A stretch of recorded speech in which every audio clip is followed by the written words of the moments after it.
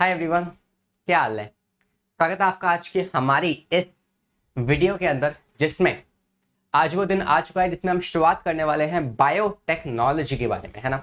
तो इतने शानदार वर्ड हैं यार, बायोलॉजी एंड टेक्नोलॉजी। दोनों को अलग अलग सुनने में ज़्यादा मज़ा आता है, लेकिन आपकी एनसीईआरटी ने इन दोनों को कंबाइन कर दिया है और हमें चैप्टर दिया है बायोटेक्नोलॉजी, है ना। तो इसकी आज हम बात करने वाले हैं। और ये चैप्टर जो है ये थोड़ा सा, अगर हम कॉन्सेप्चुअली देखें, थोड़ा सा लेंदी है। वैसे चैप्टर लंबा नहीं है, मगर हमें इस चैप्टर में हर चीज को समझते हुए चलना पड़ता है ना। हर एक छोटी छोटी बारीकियों को हमें कलेक्ट करना पड़ता है। जैसे यार कड़ी कड़ी कड़ी कड़ी, काफी सारी कड़ी को मिलाकर एक पूरी हथकड़ी बनती है ना। ऐसे ही हमें इस पूरे चैप्टर में महारत पाने के लिए हर एक कॉन्सेप्ट को ग्रेजुअली, धीरे धीरे, मतलब उसकी बारीकियों को समझना पड़ेगा, है ना। तो वेल, हम अभी ये रिवीजन चल रहा है तो उतना डिटेल में तो हम नहीं जाएंगे, लेकिन इस कॉन्सेप्चुअलिटी की वजह से, है ना, ये चैप्टर जो है थोड़ा सा लंबा बन जाता है, ठीक है।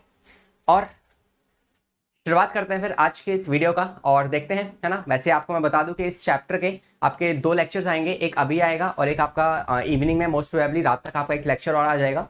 तो इन 2 लेक्चर्स में हम इस चैप्टर को कंप्लीट कर रहे होंगे, बिकॉज काफ़ी सारी इसमें चीज़ें ऐसी है जो मुझे आपको अलग से बतानी पड़ेगी, है ना। तो फिर कर लेते हैं स्टार्ट, है ना। और पहले स्लाइड से हम आगे बढ़ेंगे और बात करेंगे कि यार बायोटेक्नोलॉजी का मतलब होता क्या है, ठीक है। बायोटेक्नोलॉजी का मतलब होता क्या है। तो पहले अगर मैं इस वर्ड से ही शुरुआत करूं,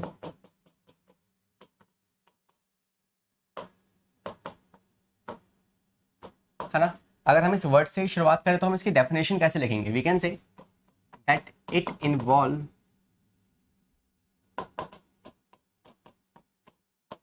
involve the technique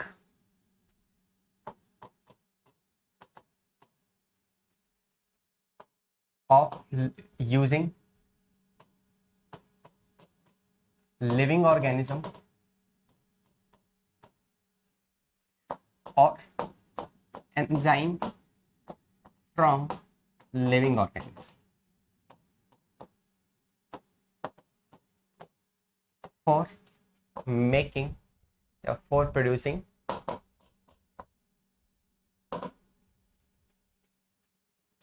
useful product for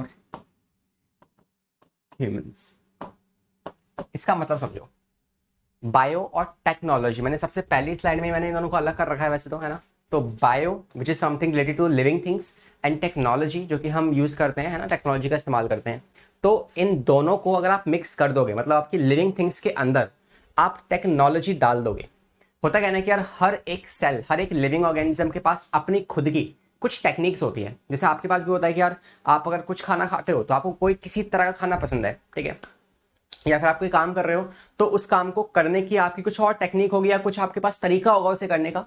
तो ऐसे ही हर एक लिविंग ऑर्गेनिज्म जो जीता है ना, उसके पास अपनी एक क्या होती है, पूरा एक टेक्निक होती है अपने जीवन को या अपने काम को करने की।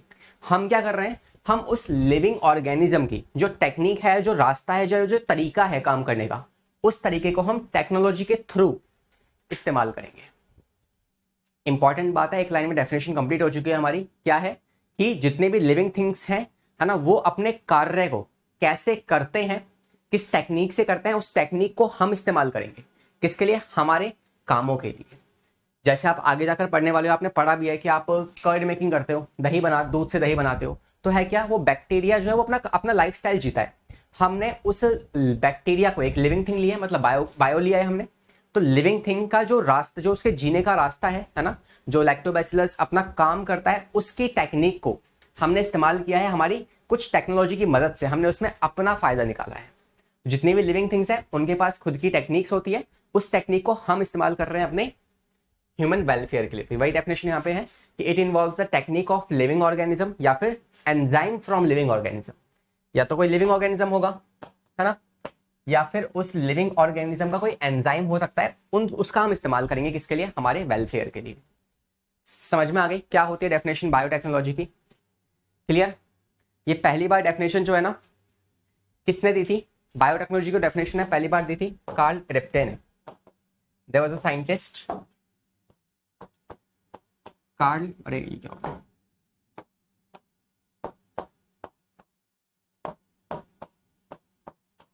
ठीक है, कार्ल रिप्के जो है ये साइंटिस्ट, इन्होंने फर्स्ट टाइम बायोटेक की डेफिनेशन को या बायोटेक को जो है इन्होंने पहली बार डिफाइन किया था। समझ में आ गई थी बात आपको? ठीक है, तो मैंने जैसे कि आपको बताया कि यार इसमें अपन लोग करते क्या है, जैसे आपके कुछ एग्जांपल्स हो गए, कर्ड मेकिंग हो गया, ये हमने माइक्रोब्स इन ह्यूमन वेलफेयर में देखा था, है ना, चीज बनाना हो गया, कर्ड बनाना हो गया, या फिर कुछ लाइक हम कुछ जीन्स, जीएमओ आप कहते हो ना, जीएमओ जेनेटिकली मॉडिफाइड ऑर्गेनिज्म, है ना, तो इन चीज़ों को जो हम डेवलप करते हैं किसकी मदद से, बायोटेक की मदद से, तो यही चीज़ें होती हैं बायोटेक के अंदर। ठीक है, तो कोई आपको एक ऑर्गेनिज्म को मॉडिफाई करना है, कुछ उसमें स्पेशल पावर्स लेके आनी है। जैसे अगर मैं आपको मतलब थोड़ा सा इमेजिनेशन से फील कराऊँ तो आपने देखो क्रिश मूवी देखी होगी ना, क्रिश 3 में क्या होता है, एक मानवर होता है जिसकी ऐसे जीभ बहुत लंबी निकल जाती है ना, और चिपक जाता है कहीं भी जाके। तो ऐसी जो हमारे पास फैसिनेटिंग चीज़ें हैं वो सब जो है वो कहीं ना कहीं बायोटेक से पॉसिबल हो सकती है। तो हम मतलब करके रहे हैं, हम बॉडी के अंदर जो एंजाइम्स हैं या जो आपके सेल्स हैं उनके साथ छेड़छाड़ करेंगे, ठीक है, और देखते हैं क्या हमें रिजल्ट मिल सकता है। तो सारा चैप्टर जो है एक्सपेरिमेंटल बेस्ड है ना, एक्सपेरिमेंट ही किए गए थे। ओके, एक चीज और इंपॉर्टेंट है आपके एग्जाम पॉइंट ऑफ व्यू से, जो कि है आपकी एक डेफिनेशन, है ना, यूरोपियन फेडरेशन ने एक डेफिनेशन दी है ना, यूरोपियन फेडरेशन ऑफ बायोटेक्नोलॉजी जो है उन्होंने एक डेफिनेशन दी है, European federation of biotech, that is your European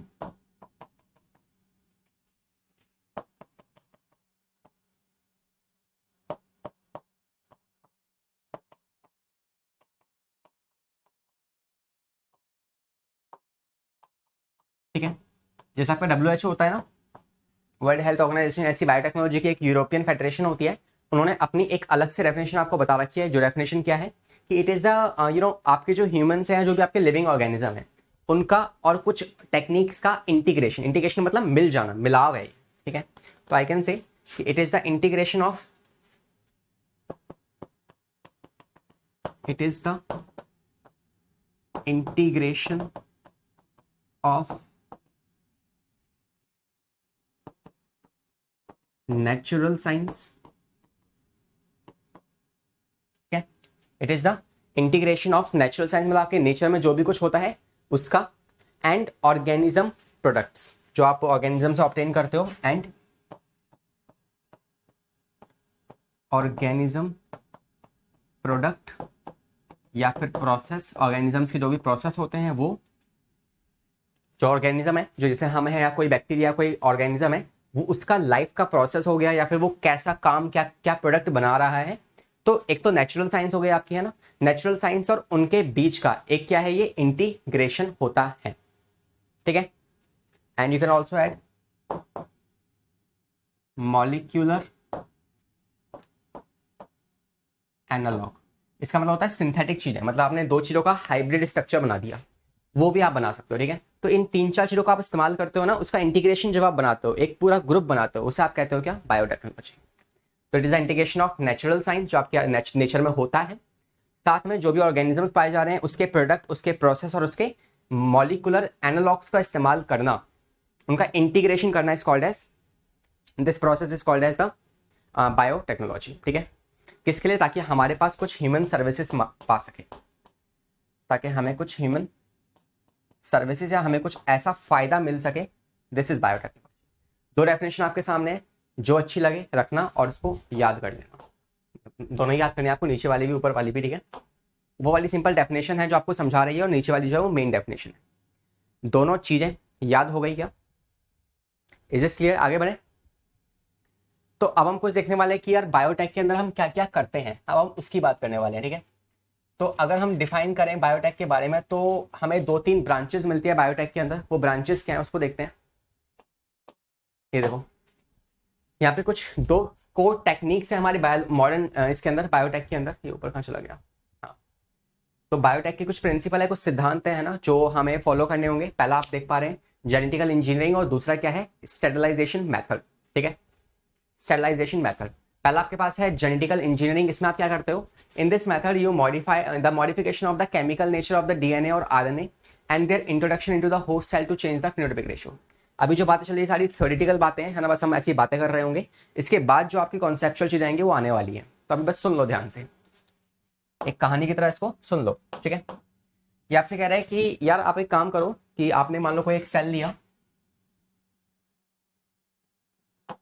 आप इस सेल के अंदर, आपको पता है मेन चीज क्या होता है जिससे कि हम दिख कैसे रहे हैं, हम काम कैसे कर रहे हैं, उसका सेंट्रल डोगमा है कहाँ पे, आपके सेल के अंदर, सेल में न्यूक्लियस के अंदर, है ना। तो न्यूक्लियस में आप जाओ और वहां पे जो आपके पास डीएनए होगा ना, जो आपके पास डीएनए होगा, आप एक काम करो, उस डीएनए में छेड़छाड़ कर दो, है ना। तो उस डीएनए में कुछ मैन्युपुलेशन कर दो। अब जैसे ही आप डीएनए में कुछ मैन्युपुलेशन करोगे तो आपको पता है कि डीएनए की वजह से क्या आता है, आपका जेनेटिकल कॉन्स्टिट्यूशन होती है। जेनेटिकल कॉन्स्टिट्यूशन मतलब आप दिखते कैसे हो, आप काम कैसे करते हो, आपके ईयर लोब्स कैसे हैं, आपका स्किन कॉम्प्लेक्शन कैसा है, आप राइट हैंडेड हो, लेफ्ट हैंडेड हो, ये सब बातें कौन करता है, आपके जीन्स कंट्रोल करते हैं, ठीक है। अगर आपने किसी तरीके से इनके जीन्स में मैन्युपुलेशन कर दी, मैं चाहता हूं कि भाई कोई ऑर्गेनिज्म मुझे जैसा दिख रहा है ना, जैसे वो काम कर रहा है, वो वैसा काम ना करे, वो मेरे अकॉर्डिंग काम करे। तो एक काम करो, उसके जीन्स में जाकर मैन्युपुलेशन करो, और फिर क्या होगा, उसके जीनोटाइपिक कॉन्स्टिट्यूशन में चेंज आएगा, और जीनोटाइप में चेंज आने की वजह से उसके फिनोटाइपिक रेशियो में भी क्या आएगा, चेंज आएगा। फिनोटाइपिक, ये तो बहुत सिंपल सी समझने वाली बात है ना। जानते हो कि भाई अगर हमारे जीन्स जो है वही आपकी बॉडी को कंट्रोल कर रहे हैं, अगर वो जीन्स ही चेंज हो गए तो आपकी बॉडी का स्ट्रक्चर अपने आप चेंज हो जाएगा, है? तो भैया बस आप जेनेटिकली कुछ मॉडिफिकेशन कर दो और फिर उससे क्या होगा, आपको आपके अकॉर्डिंग फिनोटाइपिक कॉन्स्टिट्यूशन मिल जाएगा। तो यही आपसे सिखाती है कौन, जेनेटिकल इंजीनियरिंग, कि आप मॉडिफिकेशन करो किसी भी केमिकल नेचर। केमिकल नेचर क्या होता है, डीएनए या फिर जीनोम, जीनोम, ठीक है। तो उसका जीनोटाइपिक रेशियो में कुछ मैनिपुलेशन या मॉडिफिकेशन करो, है ना। There introduction to host cell to change the phenotypic ratio, और फिर उसका फिनोटाइपिक रेशियो चेंज हो जाए, ये है आपकी जेनेटिकल इंजीनियरिंग। दूसरा है स्टेरलाइजेशन, मतलब आपने किसी एक ऑर्गेनिज्म में कुछ आपने चेंजेस किए और अपने अकॉर्डिंग कुछ प्रोडक्ट बनाया। अब उसको बना के भी तो आपको रखना है ना, कि मान लो आपने एक बैक्टीरिया लिया, आप उससे कुछ प्रोडक्ट बनवा रहे हो, तो एक बड़े से आप फर्मेंटर, आपने सुना था आपके लास्ट चैप्टर में था फर्मेंटर्स। तो फर्मेंटर्स में आप उससे कुछ बियर वाइन बनवा रहे हो, तो आपको भाई बियर वाइन को चेक भी करते रहना है कि भाई जो वो काम कर रहा है मेरे अकॉर्डिंग, क्या वो ढंग से काम कर रहा है, क्या कोई बाहर से पैथोजन आके उस काम को खराब तो नहीं कर रहा। कि भाई पता लगे कि आपने फर्मेंटर्स में बियर बनवा रहे हो और बनवा के आपने 2 दिन बाद देखी है, और 2 दिन बाद क्या हुआ, 2 दिन के बीच में वहां पे एक फंगस आ चुका था। तो आपको उस एनवायरमेंट को मेंटेन भी करना पड़ेगा। तो that is your sterilisation method, जिसमें आप क्या करोगे, प्रिवेंट फ्रॉम कंटेमिनेशन। आप कंटेमिनेशन से प्रिवेंशन करोगे कि भाई जो हमारा प्रोडक्ट बन रहा है उसको डेली बेसिस पे आप चेक करोगे, उसे न्यूट्रिएंट्स दोगे, है ना। इन चीजों को आप प्रोवाइड करोगे ताकि उसमें कोई कंटेमिनेशन ना हो जाए। तो it is the method to maintain the growth of manipulation. जो आपने मैन्युपुलेशन किया है और जो ग्रोथ आप करवा रहे हो उसे क्या करना, मेंटेन करना। Only the desire microscope microbe या फिर cell of a large quantity, manufacturing bioreactors like antibiotic vaccines और एंजाइम्स। ये चीजें जो आप बनाते हो, है ना, इनको मेंटेन करके रखना एक तरीके से, है ना। प्रॉपर इनको न्यूट्रिशन देना आसपास में, इनके पास कोई पैथोजन ना आ जाए, इस बात का ध्यान रखना। डेली टेस्टिंग करना, निकाल के भाई टेस्ट जो हो रहा, मतलब जो हम चाह रहे हैं वही बन रहा है ना, कुछ और म्यूटेशंस तो नहीं हो जा रही। ये सब चीजें किसमें आती हैं, ये आती है आपके स्टेरिलाइजेशन मेथड में। तो बायोटेक में ये 2 कोर टेक्निक्स होती हैं, एक है जेनेटिकल इंजीनियरिंग और एक होती है आपकी स्टेरिलाइजेशन मेथड। पहले हम बात करने वाले हैं जेनेटिकल इंजीनियरिंग के बारे में, ठीक है। और इसमें आप पढ़ोगे डाउन स्ट्रीमिंग प्रोसेस, है ना। डाउन स्ट्रीमिंग प्रोसेस किस तरीके से होता है कि एक बार आपका पूरा प्रोडक्ट जो है वो बन गया है, अब उसको आप कैसे निकाल कर, है ना, आप उसे एक्सट्रैक्ट कैसे करोगे आप, वो आएगा नीचे वाले में। कर दें स्टार्ट, कर दें स्टार्ट। तो पहले हम देखते हैं कि कौन कौन से स्टेप्स हैं आपके जेनेटिकल इंजीनियरिंग के अंदर, या फिर जिससे आप जीएमओ बनाते हो। पहले इसका मतलब समझो, जीएमओ का मतलब क्या होता है, जेनेटिकली मॉडिफाइड ऑर्गेनिज्म, ठीक है।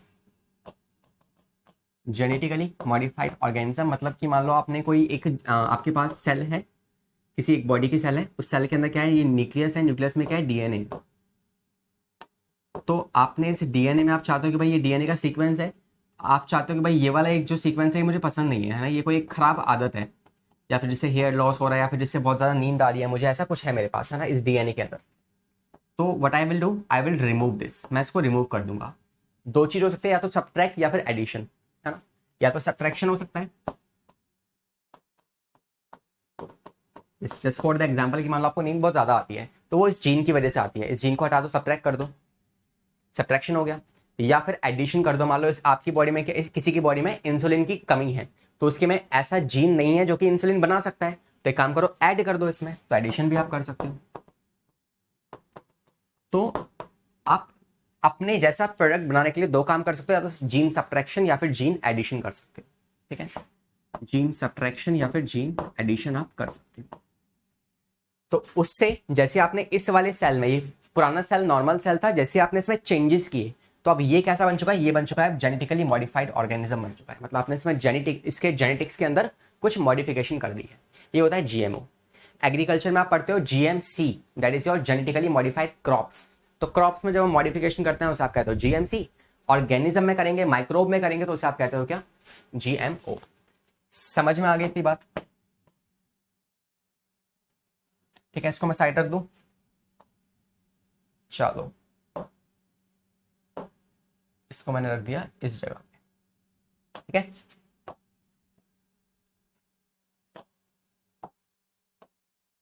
अब आते हैं कौन कौन से स्टेप्स हमारे पास होंगे भाई किसी भी एक ऑर्गेनिज्म में मैनिपुलेशन करने के लिए। तो इतना आप समझ चुके हो कि भाई किसी ऑर्गेनिज्म में मैनिपुलेशन करनी है तो उसके सेल्स के अंदर जाके, न्यूक्लियस में जाके डीएनए में कुछ चेंजेस करने पड़ेंगे, है ना। चलो समझते हैं इस बात को। तो पहला जो स्टेप होता है, मैं आपको पहले डायग्राम इसका एक माइंड मैप दिखाता हूँ, फिर हम आएंगे इस वाले पार्ट पे। स्टेप्स हमें लिखना है, ठीक है।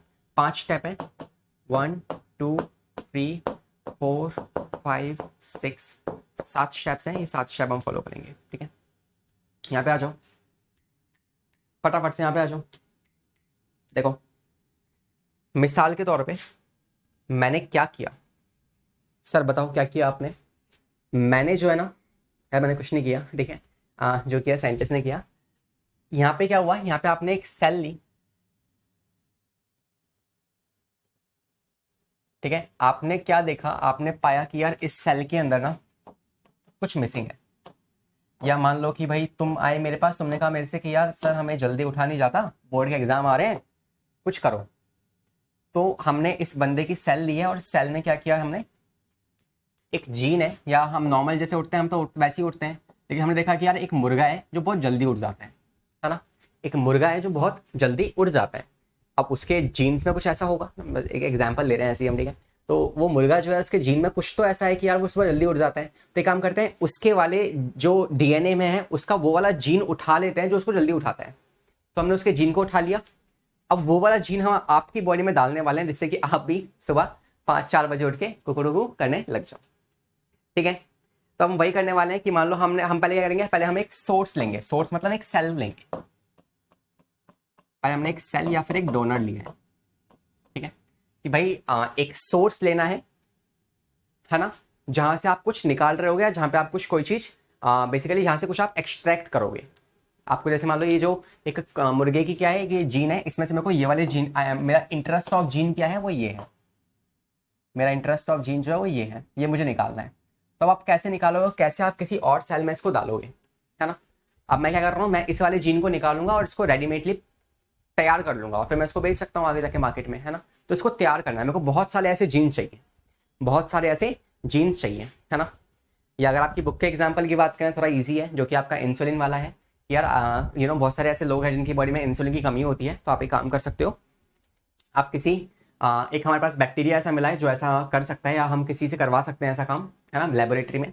तो हम एक इंसुलिन बनाएंगे, हम आर्टिफिशियल इंसुलिन बनाएंगे और फिर उसको हम बेच देंगे। तो बनाएंगे कैसे, हमने क्या किया, हमने किसी एक स्लटर्स जो होते हैं, जो आपके पिक्स वगैरह है ना, हमने उनका पेनक्रियाज लिया और पेनक्रियाज से हमने एक सेल निकाली, ठीक है। तो मान लो हमने उसका एक पेनक्रियाज ले लिया और उससे हमने एक सेल निकाली। ये हमारी सेल है, ये सोर्स है जहां से हमें इंसुलिन मिलेगा, ठीक है। यहां से हमें इंसुलिन मिलेगा, तो ये सोर्स है।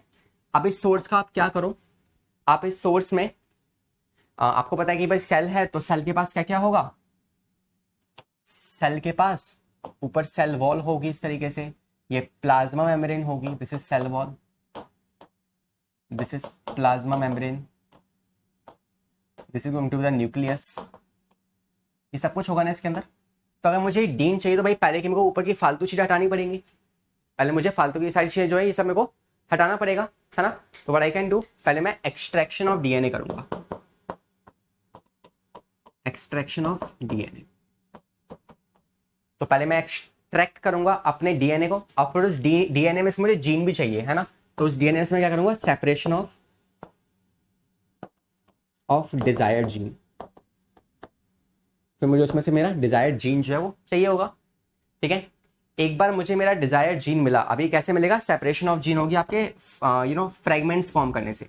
तो जो डीएनए आपके इसने आपने इसके टुकड़े टुकड़े कर दिए, तो जो डीएनए था आपने इसके ऐसे फ्रेगमेंट्स फॉर्म कर दिए। अब उन्हीं फ्रेगमेंट में से हमारा एक चाहिता जो हमें चाहिए वो क्या है, वो ये वाला है ना, ये दिख नहीं रहा क्या, मान लो मुझे क्या चाहिए, मुझे चाहिए ये वाला जीन जो है, ये मेरा जीन ऑफ डिजायर है। ठीक है, जो मुझे चाहिए इन सब फ्रेगमेंट्स में से। तो पहला स्टेप क्या है, आपको एक सोर्स चाहिए, सोर्स में से आप डीएनए निकालो, डीएनए में से वो जीन ढूंढो, उस जीन को एक्सट्रैक्ट करो, तो डीएनए के आप टुकड़े टुकड़े कर दो, उन्हीं में से एक जीन आपको आपका वाला मिल जाएगा। अब जैसे ही आपको वो जीन मिला, है ना, जैसे ही आपको वो जीन मिला, ठीक है, तो फिर आप क्या करोगे, दिख रहा है आपको सब कुछ। जैसे ही आपको आपका वाला डिजायर्ड जीन मिला, मतलब आपको आपका पास कोई एक जीन था, है ना, आपका जीन था जीन अल्फा, कोई एक अल्फा जीन मान लो, ठीक है, तो आपको मान लो ये वाला जीन कौन सा है, ये आपका अल्फा जीन है जो आपको चाहिए, है ना। अब आपको अल्फा जीन मिल चुका है, अब इसके बाद क्या करोगे, आप इस वाले जीन की मल्टीप्लीकेशन कर दो, इस जीन की आप मल्टीप्लीकेशन करो, ठीक है, मल्टीप्लीकेशन ऑफ जीन, इस वाले जीन की आप मल्टीप्लीकेशन कर दो, ताकि आपको बहुत सारे जीन मिल जाएंगे। अब यहाँ पे यही वाले आपको बहुत सारे जीन यहाँ पे मिल चुके हैं, ठीक है। अब नेक्स्ट स्टेप क्या होगा, मतलब आपको थोड़े बहुत ऐसे जीन मिले हैं, में से कुछ जीन कुछ काम कर रहे होंगे, कुछ काम नहीं कर रहे होंगे। अब नेक्स्ट स्टेप आपको क्या करना है, आपको एक कोई बैक्टीरिया लेना है, एक होस्ट लेना है आपको। इस बात को पूरे चैप्टर में याद रखना कि प्लाज्मिड के बारे में आपको एक बात बता रहा हूँ कि प्लाज्मिड किसी बैक्टीरिया को एक प्रोकैरियोटिक से एक्सट्रैक्ट किया जाता है। प्रोकैरियोटिक से क्या होता है प्लाज्मिड, ये मान लो आपका क्रोमोसोमल डीएनए है, और यहाँ पे होगा एक एक्स्ट्रा क्रोमोसोमल डीएनए,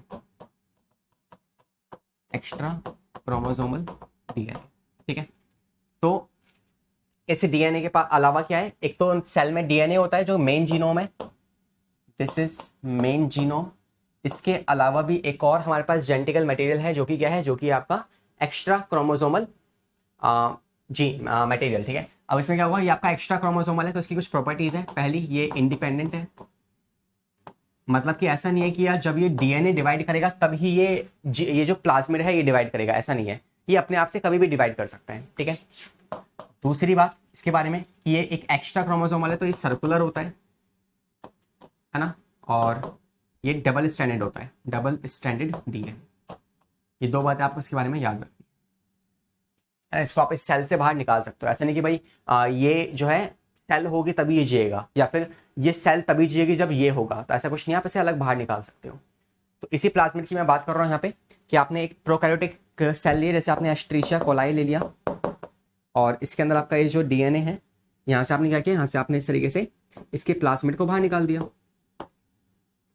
और इस प्लाज्मिड को आप कहते हो वेक्टर। दो तीन वोकैबलरी है जो आपको मैं सिखाने वाला हूँ। एक वोकैबलरी है आपकी आरडीएनए क्या होता है, that is your recombinant DNA क्या होता है, दूसरा ट्रांसफॉर्मेंट क्या होते हैं, ठीक है, और तीसरा वेक्टर क्या होता है, और एक होस्ट क्या होता है। ये चार बातें आपको पता होनी चाहिए। तो हम ये काम करते हुए आ रहे हैं, जैसे हम यहाँ पे पहुंचे, हमारे पास काफी सारे जीन है, अब हमें इस जीन की बहुत सारी कॉपीज बनानी है, ठीक है। तो क्या करूंगा, मैं इस वाले एस्ट्रीशिया कोलाई से प्लाज्मिड निकालूंगा, और इस वाले प्लाज्मिड में इस वाले मेरे वाले जीन को, जो मेरा डिजायर्ड जीन है, इस वाले को मैं इस प्लाज्मिड में इंसर्ट कर दूंगा। तो I will do something like this, है ना। अब मेरे पास एक नया तरह का क्या मिल रहा है, प्लाज्मिड मिलने वाला है। तो ये ऐसा क्या है, ये एक तरीके से ये है,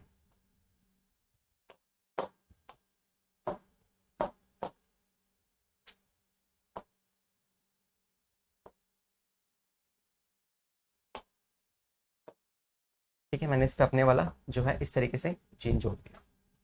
तो अब ये जो मेरे पास स्ट्रक्चर मिला है प्लाज्मिड, जिस पे जीन जुड़ा हुआ है, इसे आप कहते हो रिकॉम्बिनेंट डीएनए। भाई प्लाज्मिड भी क्या है, एक तरह का डीएनए तो है, डबल स्टैंडर्ड डीएनए। प्लाज्मिड एक तरह का डीएनए होता है, बस एक्स्ट्रा है ये, है ना। तो ये जो आपका बन चुका है, क्या बन चुका है, ये बन चुका है आपका RDNA या फिर रिकॉम्बिनेंट प्लाज्मिड। ठीक है, ये आपका रिकॉम्बिनेंट प्लाज्मिड जो है बन चुका है। अब इसमें आपका डिजायर्ड जीन है ये वाला, ये क्या है आपका फॉरेन जीन,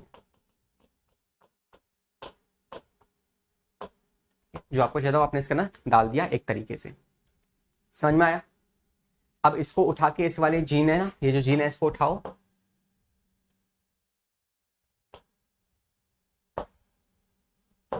ठीक है, ये जो आपका जीन है इसको आप उठाओ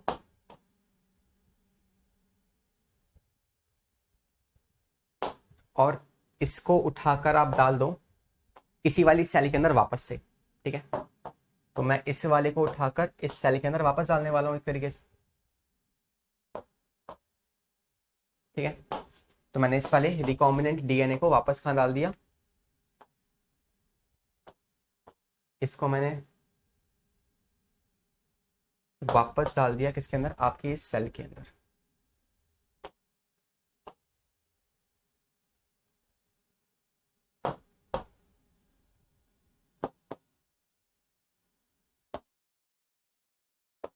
ठीक है, ये देखो मैंने इसे वापस डाल दिया एंड ये क्या आपका, ये बन गया आपका रिकॉम्बिनेंट डीएनए।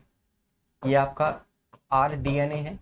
और अब ये जो सेल है, इस सेल को आप, ये क्या थी, ये आपके पास बेसिकली एक होस्ट थी, ये होस्ट सेल थी जिसका आप इस्तेमाल कर रहे हो। और ये वेक्टर था, कौन, प्लाज्मिड जो था वो वेक्टर था, आपने निकाल के इसमें डाल दिया। और ये जो अब आपके पास स्ट्रक्चर बन चुका है, इस प्रोसेस को आप कहते हो ट्रांसफॉर्मेशन।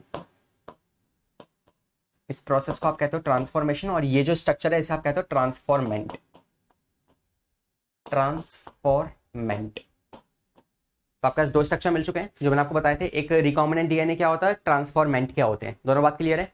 वेक्टर और होस्ट का ये भी क्लियर है कि आप जिस वाले जीन को आप निकाल रहे हो, है ना, और उस जीन के आपको बहुत सारी कॉपीज बनानी है, तो जिस सेल का आप इस्तेमाल करोगे वो सेल कौन है, वो होस्ट सेल है। और उस सेल का जो प्लाज्मिड आप ले रहे हो वो कौन है, वो एक वेक्टर है आपका। ठीक है, इतनी कहानी क्लियर हो गई आपको। अब आप इसमें इसको डाल दोगे, अभी क्या करेंगे, ये अपनी बहुत सारी कॉपीज बनाएगा। एस्टीरिया कोलाई जो होता है वो बहुत बार डिवाइड करता है ना, आधे घंटे में 30 मिनट में बहुत डिवाइड कर जाता है। ठीक है, तो अब इसकी क्या होगी, इसकी लार्ज प्रोडक्शन होगी। लार्ज प्रोडक्शन मतलब इसे प्रोड्यूस करोगे बहुत ज्यादा बड़े बायोरिएक्टर्स, है ना। और फिर इसको, इसमें से जो आपका प्रोडक्ट है उसको आप निकाल लोगे, जिसे आप कहते हो down streaming process. Down streaming process. समझ में आ गई पूरी कहानी। ये वाले स्टेप्स जो है ये हमारे पास चलने वाले हैं किसमें, हमारी इस बायोटेक के चैप्टर के अंदर। Is this clear. देखें आगे, आगे देखते हैं अब हम क्या बात करने वाले हैं उसको देखते हैं। ठीक है, तो पहले हमने क्या किया, हमने हमारे डीएनए को आइसोलेट किया और फिर आगे की कहानी हमने भराई। इसी बात को मैं कंक्लूड कर रहा हूं यहाँ पे।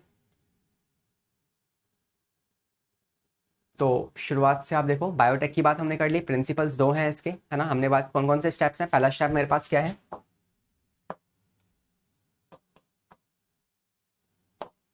पहला स्टेप जो है मेरा वो है identification of desired DNA.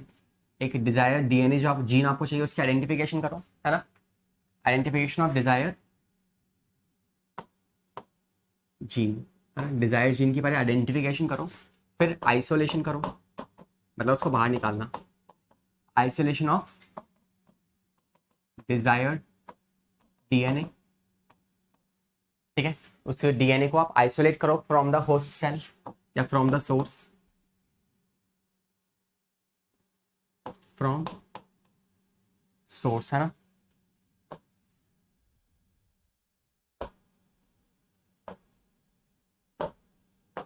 From,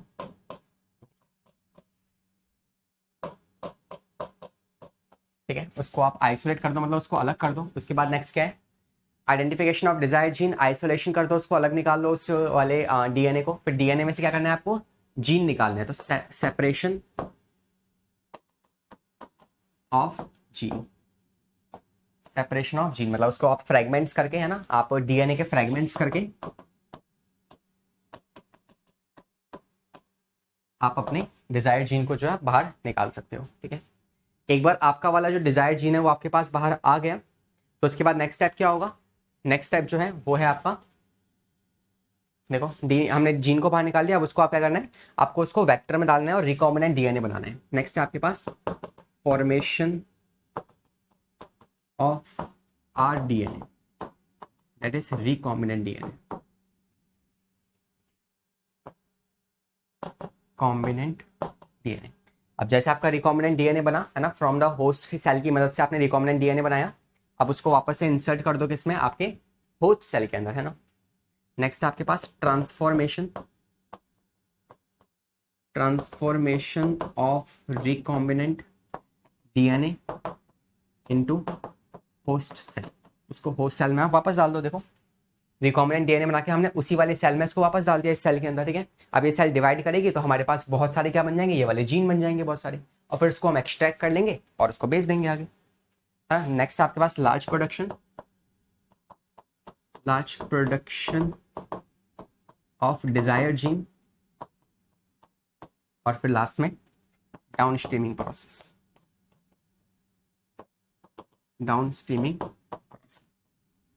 तो ये जो है ये आपके सारे स्टेप्स है किसके, किसी भी एक जीएमओ को बनाने के या फिर जेनेटिकली मॉडिफाइड ऑर्गेनिज्म को बनाने के। समझ में आ गया? एक बार देख लो ध्यान से इसको, और क्या क्या चीजें हमने की है इसमें, एक बार देख लो कौन कौन सी चीजें हमने इसमें देखी है। ओके, आगे बढ़े।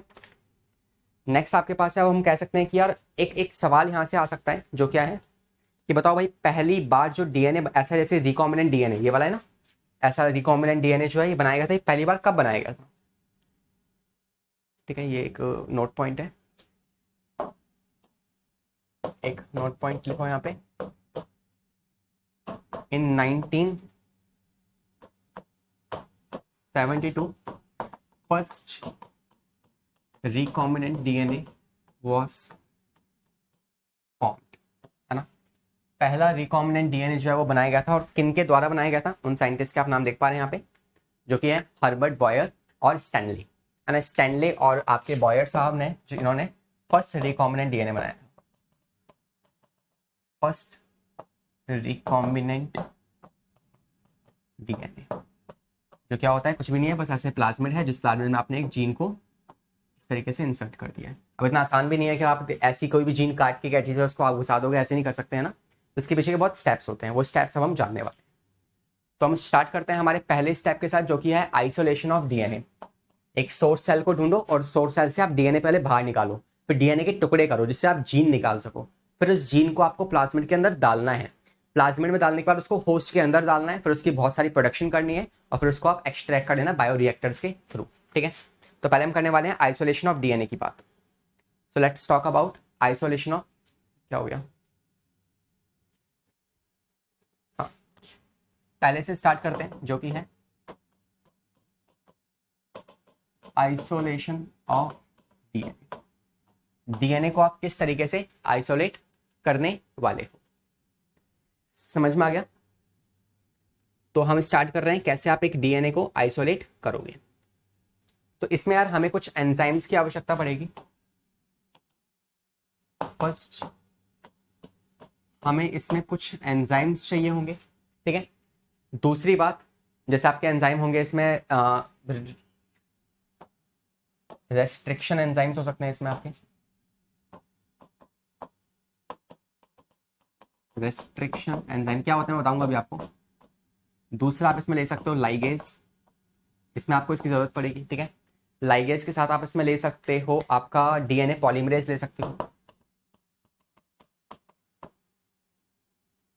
और चौथा आप इसमें ले सकते हो T4, है ना, T4 पॉली न्यूक्लियोटाइड काइनेज, ठीक है। T4 फॉस्फेट पॉली न्यूक्लियोइड, अरे मिट क्या हो गया, न्यूक्लियोकाइनेज,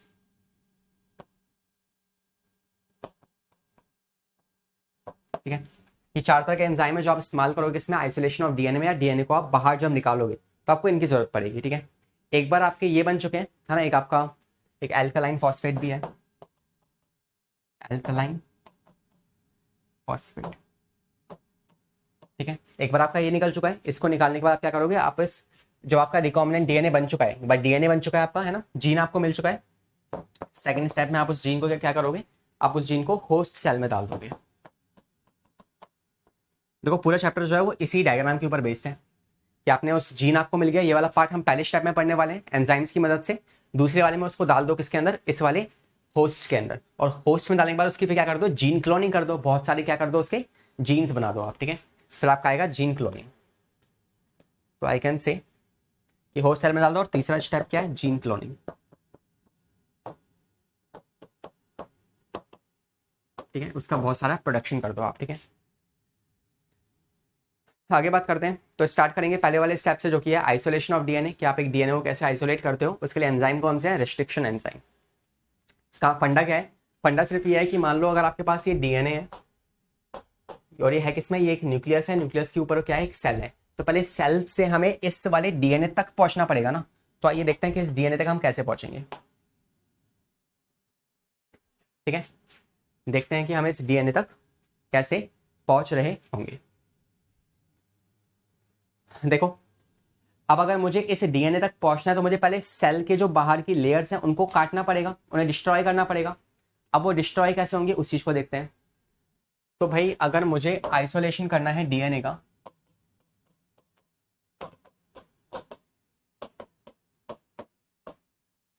तो बताओ वो डीएनए मुझे कहाँ कहाँ से मिल सकता है, उस डीएनए का जो मुझे डिजायर है, मेरा डीएनए या मेरे को जो जीन चाहिए वो कहाँ कहाँ से मिल सकता है। तो उसका सोर्स क्या हो सकता है, तो वो भाई हमें एक प्लांट से भी मिल सकता है, एक एनिमल से भी मिल सकता है, एक फंगस से भी मिल सकता है, और एक बैक्टीरिया से भी मिल सकता है।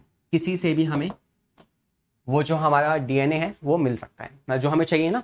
कि मतलब हमें एक पिग के अंदर हमें उसकी सेल में एक ऐसा जीन दिख गया जो कि हमारे लिए इंसुलिन बना सकता है। तो वो एक एनिमल सेल हो सकती है, वो एक प्लांट, वो कुछ भी हो सकता है। ठीक है, चलो। तो मान लो अगर हम लेते हैं कि हमें कोई एक सेल मिल गई जिसमें हमारा डिजायर्ड जीन है। ठीक है, अब मैं क्या करूंगा, मैं उस वाली सेल को उठा लूंगा। तो मान लो कि मैंने एक सेल उठा ली जिस सेल में क्या है ना, मान लो मैंने एक सेल उठा ली, और ये जो सेल है थोड़ा सा बड़ा बनाया। ठीक है, मैंने कर देना है इसको। तो ये जो मेरे पास ये जो सेल है, इस सेल में क्या होगा, आपको पता है कि अंदर की तरफ होगा न्यूक्लियस, और यहाँ पे होंगे आपके एंडोप्लाज्मिक रेटिकुलम, लाइसोसोम्स होंगे आपके, है ना, माइटोकॉन्ड्रिया होगा, ये सब कुछ होगा। और बीच में आपका न्यूक्लियस है, न्यूक्लियस में क्या है आपके वो वाले जीन है, वो वाला आपका डीएनए है।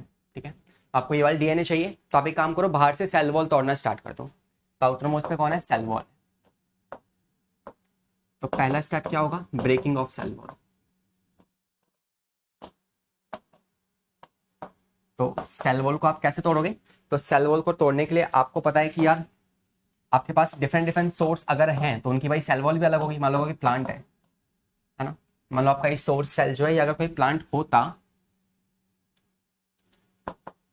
अगर कोई एक प्लांट की सेल है, तो उससे आप ऊपर की सेल वॉल को कैसे रिमूव करोगे, क्योंकि आपके प्लांट की सेल बने होते हैं सेलुलोज से, तो इसके लिए आप इस्तेमाल करोगे सेलुलोज, सेलुलेज,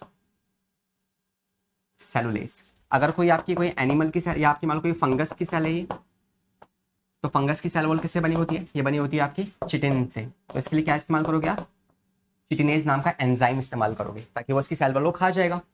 अगर को मान लो ये कोई बैक्टीरिया की सेल वॉल है, तो उसकी सेल वॉल को आप कैसे रिमूव करोगे, with the help of lysozyme. आप लाइजोजाइम का इस्तेमाल करोगे जिससे कि आप उसकी सेल वॉल को डिस्ट्रॉय कर सको। तो ये बातें याद रखना। कौन सी बातें, कि एक प्लांट की सेल वॉल किससे बनी होती है, सेलुलोज से, फंगस की, चिटिन से, और बैक्टीरिया की पेप्टिडोग्लाइकन से। तो इनको और एनिमल में तो होती नहीं है सेल वॉल, है ना, ये तो आप जानते हो, एनिमल में सेल वॉल नहीं होती। ठीक है, एनिमल में सेल वॉल जो है वो नहीं होती है। ठीक है, ये हो गई आपकी बातें। तो आप इसके थ्रू क्या करोगे, पहले आप सेल वॉल को डिस्ट्रॉय कर दोगे। अब जैसे ही आपने सेल वॉल को डिस्ट्रॉय किया, है ना, इसकी सेल वॉल को डिस्ट्रॉय किया, तो अब क्या बचेगा, नेक्स्ट पे आ जाओ।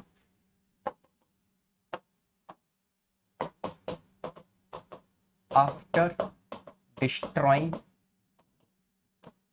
cell wall. What you will get? You will get plasma membrane. Plasma membrane. अब आप उसे कैसे हटाओगे? तो उसके लिए आप इस्तेमाल करोगे टू. सेकेंड स्टेप क्या है? To remove plasma membrane. Plasma membrane को आप कैसे रिमूव करोगे? देखो ध्यान से. तो प्लाज्मा मेम्ब्रेन को अगर आपको रिमूव करना है तो इसलिए आप इस्तेमाल करोगे, मान लो आपने ये ट्यूब लिया है, इसमें क्या आपके पास सेल्स हैं जिसके ऊपर क्या है? प्लाज्मा मेम्ब्रेन है. प्लाज्मा मेम्ब्रेन है, तो उसको अगर आपको हटाना है तो इसमें आप इस्तेमाल करोगे ऑस्मोटिक लाइसिस का. तो आप इसे प्रोवाइड कर दोगे इसमें एक सॉल्यूशन, जिस सॉल्यूशन जो कैसा होगा? जो कि होगा हाइपोटोनिक सॉल्यूशन. हाइपोटोनिक सॉल्यूशन होगा, ठीक है. और इससे क्या होगी? जो आपकी सेल है ना, ये आपका न्यूक्लियर मेम्ब्रेन है, इसके अंदर आपका न्यूक्लियस है. तो ये जो प्लाज्मा मेम्ब्रेन होगी ना, ये डिस्ट्रॉय हो जाएगा. क्या बचेगा आपके पास? सिर्फ और सिर्फ न्यूक्लियस मेम्ब्रेन. सिर्फ आपके पास न्यूक्लियस बचने का, ठीक है.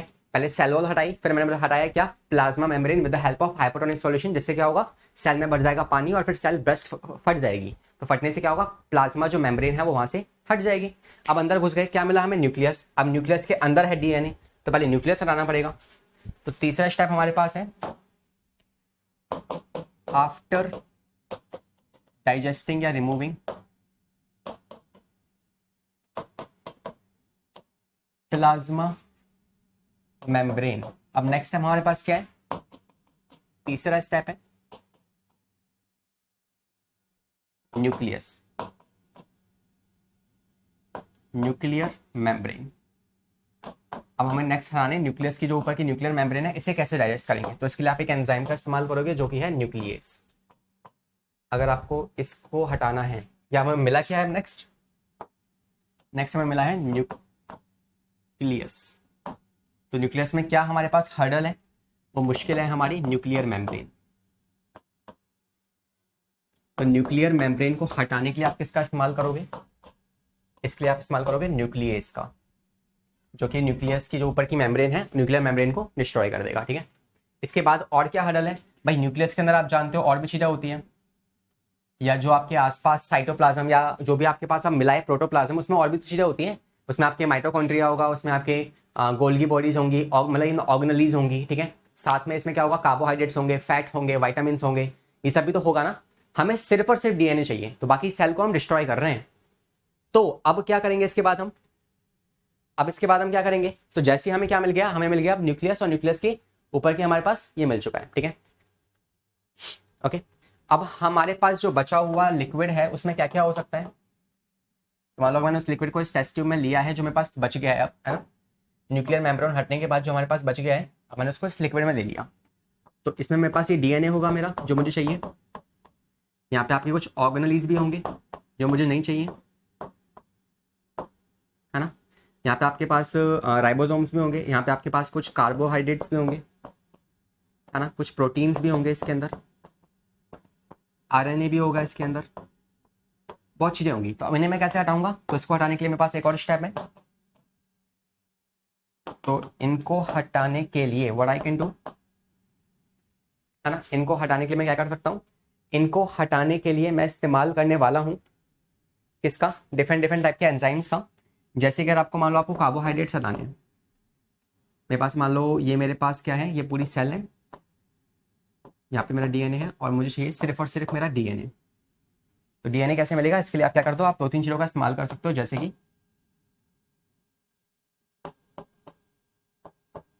या फिर एक्सट्रैक्ट करने के लिए, डीएनए एक्सट्रैक्शन के लिए आप एंजाइम्स का इस्तेमाल करो. जैसे अगर आपको कार्बोहाइड्रेट्स नहीं चाहिए, अगर आपको इसको रिमूव करना है, तो आप कार्बोहाइड्रेट्स का इस्तेमाल करो. अगर आपको प्रोटीन्स नहीं चाहिए, तो प्रोटीन्स हटाने के लिए आप किसका इस्तेमाल करोगे? प्रोटीएस का इस्तेमाल करो. अगर आपको और क्या हो सकता है? आरएनए हो सकता है.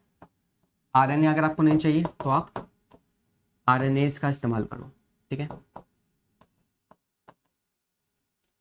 अगर आपको इसके अंदर जो कुछ ऑर्गेनेलीज प्रेजेंट है वो आपको नहीं चाहिए, जैसे कि आपकी माइटोकॉन्ड्रिया, गोल्गी बॉडीज, तो उसे रिमूव करने के लिए आप लाइजोजाइम का इस्तेमाल करो। ठीक है, ये सब चीजें जो है आपको ट्रीट करनी पड़ेगी। आपको पता है बाकी जो सेल वॉल है उसे कैसे हटाओगे आप, तो उसके लिए आप डिफरेंट आपके पास एंजाइम्स होते हैं। जैसे कि आपका प्लांट की है तो आप सेलुलेस का इस्तेमाल करोगे, है ना। अगर आपके पास फंगस की है तो आप चिटिन का इस्तेमाल करोगे, वो आप जान चुके हो उससे पहले। ऑर्गेनेलीज के बाद क्या है, और कुछ हो सकता है क्या? न्यूक्लियर मेम्ब्रेन के आप सेम इस्तेमाल करोगे, न्यूक्लियस का, वो हमने यूज कर लिया है। सब कुछ अब हट चुका है ना। अब क्या बचा है, सिर्फ और सिर्फ हमारे पास डीएनए बचा हुआ है। सिर्फ क्या बचा है, सिर्फ और सिर्फ हमारे पास डीएनए जो है वो बचा हुआ है। अब हमें डीएनए का काम होगा। ठीक है, तो इस तरीके से हमने क्या किया, हमने डीएनए को आइसोलेट कर लिया है या फिर हमने डीएनए को अलग कर लिया है। समझ में आ गया? ठीक है, हमने डीएनए को आइसोलेट कर लिया है। तो फाइनली आई कैन से कि आफ्टर आइसोलेटिंग डीएनए, डीएनए को आइसोलेट करने के बाद क्या हुआ, हमारे पास क्या क्या मिला है, हमारे पास क्या क्या मिला है, हमारे पास क्या क्या मिला है। एक तो हमें मिला है हमारा डीएनए और एक हमें मिला है प्लाज्मिड। हमारा दो चीजें हमें मिली है, एक मिला है हमारे पास जीनोम डीएनए और डीएनए के साथ ही एक और चीज थी जो कि था प्लाज्मिड। भाई हमने सब कुछ हटाया है, हमने प्लाज्मिड को थोड़ी ना हटाया था। हमने आरएनए हटा दिया, हमने ऑर्गेनेलीज हटा दिया, हमने मेम्ब्रेन हटा दी, हमने कार्बोहाइड्रेट प्रोटीन्स हटा, सब कुछ हटा दिया हमने, है ना। लेकिन प्लाज्मिड नहीं हटाया। तो दो चीज हमें मिली हुई है और दोनों ही क्या है, दोनों ही डीएनए होते हैं एक तरह के, और डीएनए तो हमें चाहिए ना इस तरीके से।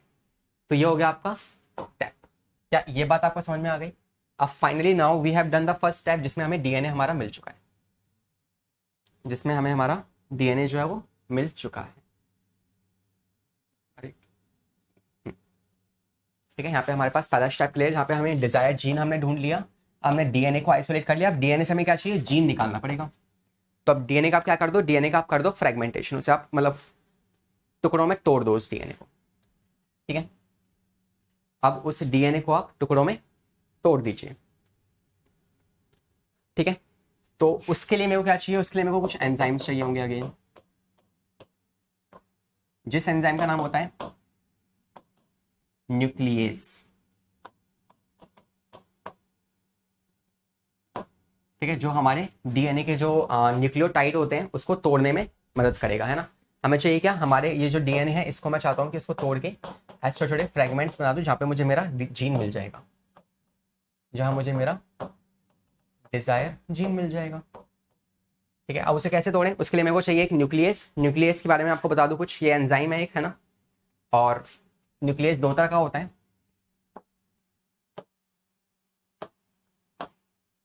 एक होता है एक्सोन्यूक्लियस और एक होता है एंडोन्यूक्लियस। जो आपका एक्सोन्यूक्लियस है ना, ये मान लो आपके पास कोई एक डीएनए है ना, और मेरे इस डीएनए में सिर्फ ये वाला पार्ट मुझे चाहिए। तो इस पूरे डीएनए के सीक्वेंस में जो एक्सोन्यूक्लियस है वो लास्ट से काटता है, वो इस डीएनए को लास्ट के टुकड़े कर देगा इस तरीके से, है ना। तो ये तो मुझे चाहिए ही नहीं, बट आपको पता होना चाहिए कि it cut at the terminal site of DNA sequence. ठीक है,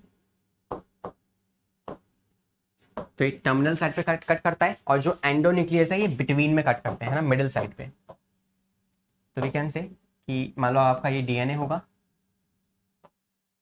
है ना। यहाँ पे इसको मैं स्टैंडर्ड में बना रहा हूँ, एक ये और एक ये, 5 प्राइम 3 प्राइम 5 प्राइम 3 प्राइम।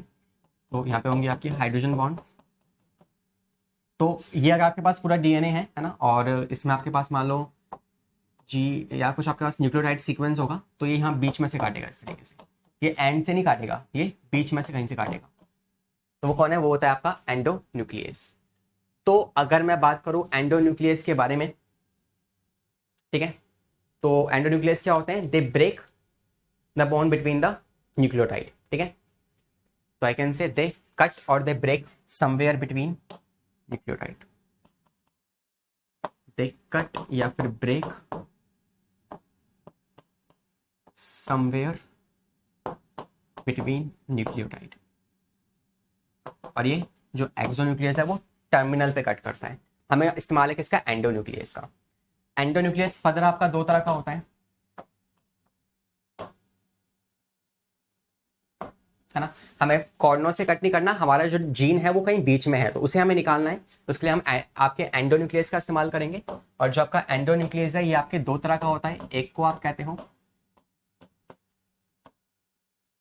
ठीक है, ये आपका फर्दर क्या होता है, दो तरह का होता है।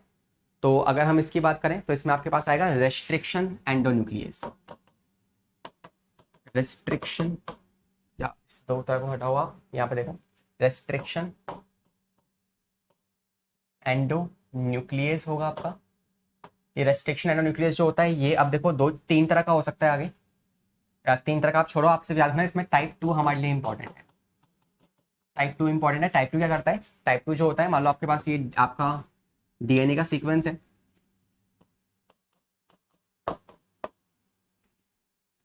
ठीक है,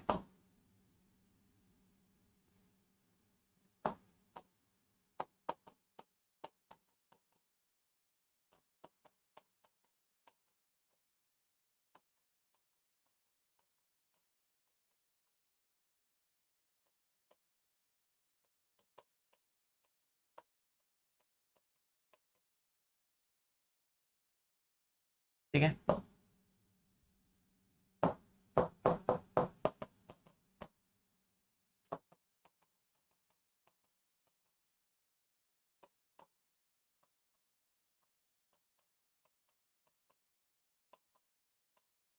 इस तरीके से आपके पास है। और याद रखना ये जो न्यूक्लियोटाइड है इनके बीच की बॉन्ड कौन सी होती है, ये सवाल भी आ चुका है। तो इनके बीच की ये वाली जो बॉन्ड है, this bond is called as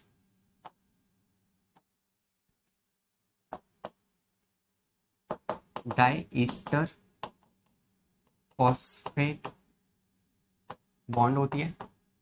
और ये जो इस तरीके से लगे हुए हैं, जो आपकी दो स्ट्रैंड से, ऊपर वाली एक स्ट्रैंड है, नीचे वाली दूसरी स्ट्रैंड है, इनको जोड़ के कौन रखती है, इनको जोड़ के रखती है आपकी हाइड्रोजन बॉन्ड, ठीक है। यहाँ पे तीन हाइड्रोजन बॉन्ड है, फिर आपकी दो दो दो दो और लास्ट वाले में तीन होगी, इस तरीके से।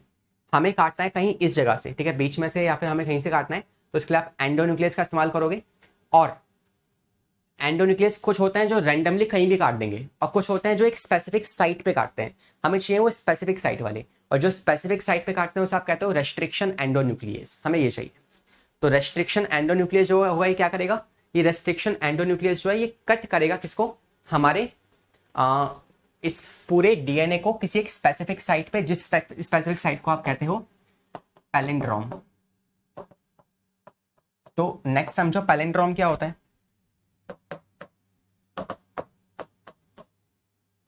देखो हर चीज को हम लिंक करते हुए चलेंगे, डोंट वरी, जो आपको लग रहा है थोड़ा सा मुश्किल लग रहा है ना, सब चीज आपको समझ में आएगी ग्रेजुअली। तो अभी तक हमने जो पढ़ा है उसे लिंक कर लो फटाफट से एक बार। हमने कहा कि यार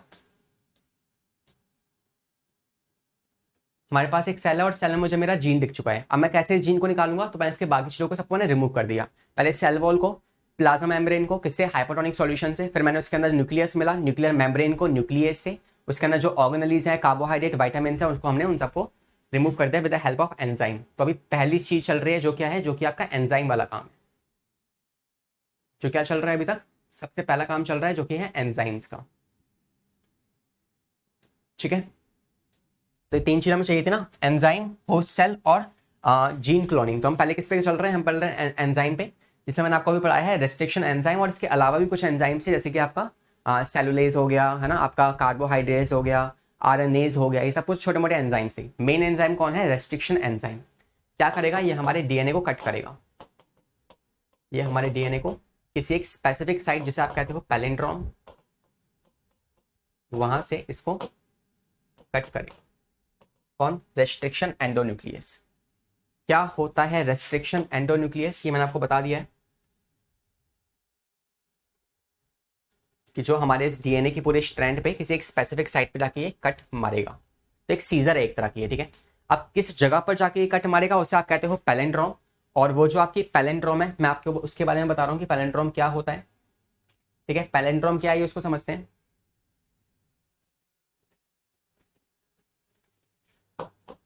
it is a DNA sequence, है ना, जो जीन होते हैं आपके डीएनए पे उसका एक सीक्वेंस है ना।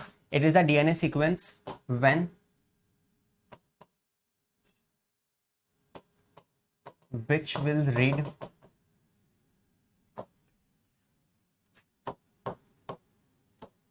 Same from 5 prime to 3 prime. मतलब कि मान लो आपकी ऊपर वाली स्ट्रैंड है जिसे आप कहते हो 5 प्राइम,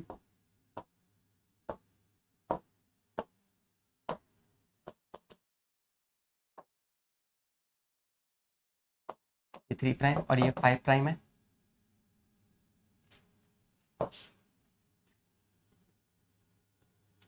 और ये 3 प्राइम है, ठीक है। तो आपकी जो स्ट्रैंड है ये पूरी स्ट्रैंड होगी। मैंने यहाँ बीच में से गायब क्यों किया है? बिकॉज यहाँ पे मेरे पास वो सीक्वेंस है मेरा वाला। कौन सा सीक्वेंस है? यहाँ मान लो मेरे को मेरा सीक्वेंस मिल गया जो जीन मुझे चाहिए। वो जीन का सीक्वेंस क्या है? वो है GAATTC, GAATTC। तो इसका मतलब ये होता है कि जब आप किसी भी एक सीक्वेंस को दोनों तरफ से रीड करो, आगे से या पीछे से, जैसे आपको बताऊं रेस कार को आप यहां से रीड करो, देखो RACECAR, सेम बात है। और यहां से रीड करो RACECAR, तो रेस कार और रेस कार सेम वर्ड बन रहा है ना। मॉम पीछे से भी और आगे से सेम चल रहा है ना। मलयालम आपकी बुक में दे रखा है, तो मलयालम को आप आगे से रीड करो या पीछे से, सेम होता है। तो इसे आप कहते हो पैलिंड्रोम, जिसको आप आगे से रीड करो, लेकिन कैसे? 5 प्राइम टू 3 प्राइम। तो अगर एक स्ट्रैंड में आप 5 प्राइम टू 3 प्राइम चल रहे हो, तो दूसरे स्ट्रैंड में भी आपको 5 प्राइम टू 3 प्राइम चलना है। और जब वो रीड करने में सेम हो, उसे आप कहते हो क्या? पैलिंड्रोम। यहां से पढ़ लो GAATTC, देखो यहां से पढ़ो GAATTC, सेम है ना। तो इस वाले सीक्वेंस को आप कहोगे क्या? पैलिंड्रोम। समझ में आ गया? इसे आप कहोगे पैलिंड्रोम। और इसमें कितने हैं? 6 हैं, तो इसे आप कहते हो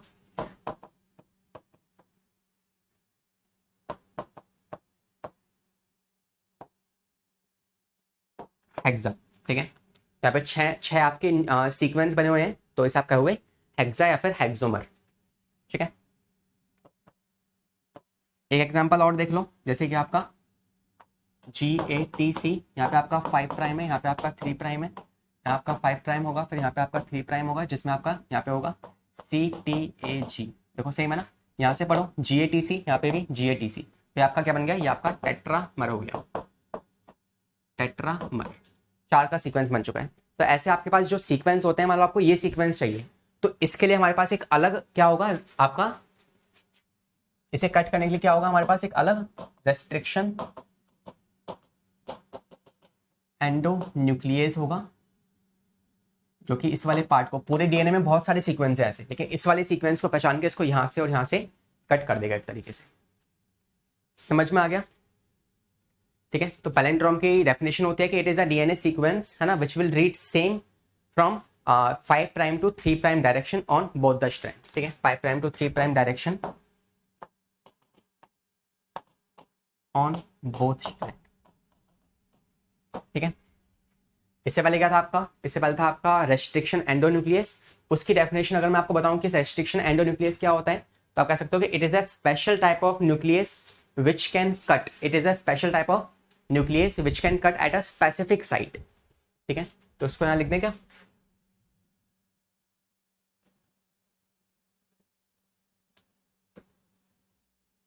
समझ में आ गया?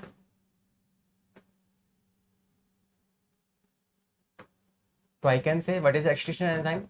It is a special type of endonuclease which can cut, जो क्या करेगा? जो कि कट लगाएगा किस पे? Which can cut DNA only at a recognizing specific site, है ना? Which can make a cut on DNA only at specific recognition site, जिसे आप क्या कहते हो? जिसे आप कहते हो पैलिंड्रोम, जिसे आप पैलिंड्रोम के नाम से जानते हो, ठीक है, जिसको आप पैलिंड्रोम के नाम से जानते हो। समझ में आ गई थी बात? कोई डाउट तो नहीं है इसमें?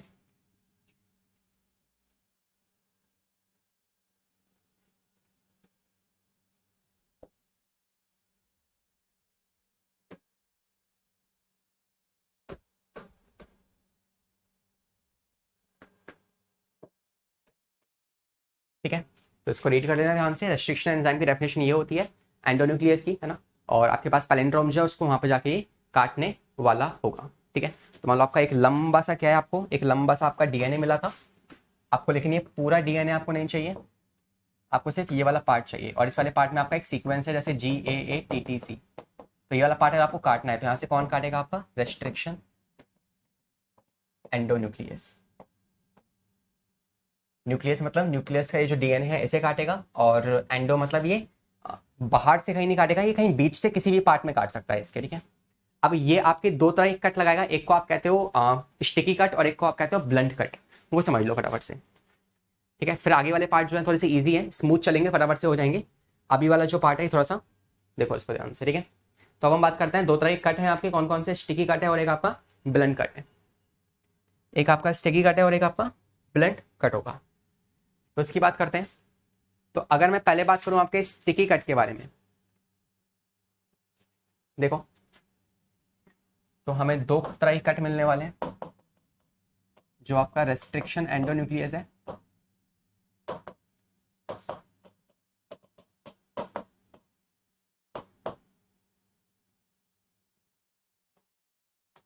ठीक है, जो आपका रेस्ट्रिक्शन एंडोन्यूक्लियस है वो क्या होगा, दो तरह के कट लगाएगा, एक को आप कहते हो स्टिकी कट और एक को आप कहते हो कौन सा cut, blunt cut. Sticky cut की अगर मैं बात करूं तो मान लो आपके पास ये सीक्वेंस है, प्राइम प्राइम से आज चलता हुआ आया और GAATTC, three prime, three prime से GAATTC, थ्री प्राइम, बीच में हाइड्रोजन बॉन्ड है और साथ में कौन सा है, डाई ईस्टर फॉस्फेट बॉन्ड्स होंगे, ठीक है।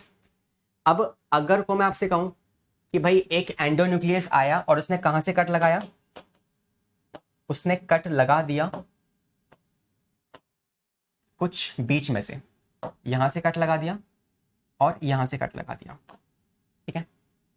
तो रेस्ट्रिक्शन एंजाइम जो था या एंडोन्यूक्लियस जो था उसने यहां से कट लगा दिया। तो अब इसके बाद क्या होगा, इसके बाद आप देख पाओगे कि यहां से ना आपके पास कुछ एंड्स, मतलब डीएनए बीच में से टूट चुका है तो उसके एंड बन जाएंगे, है ना। व्हाट आई कैन से कि अगर आपका ये एक है तो एक को तो मैं यहां से अलग निकाल लेता हूं, वैसे मेरे लिए इजी हो जाएगा, ठीक है, और एक को मैं निकाल लेता हूं यहां से,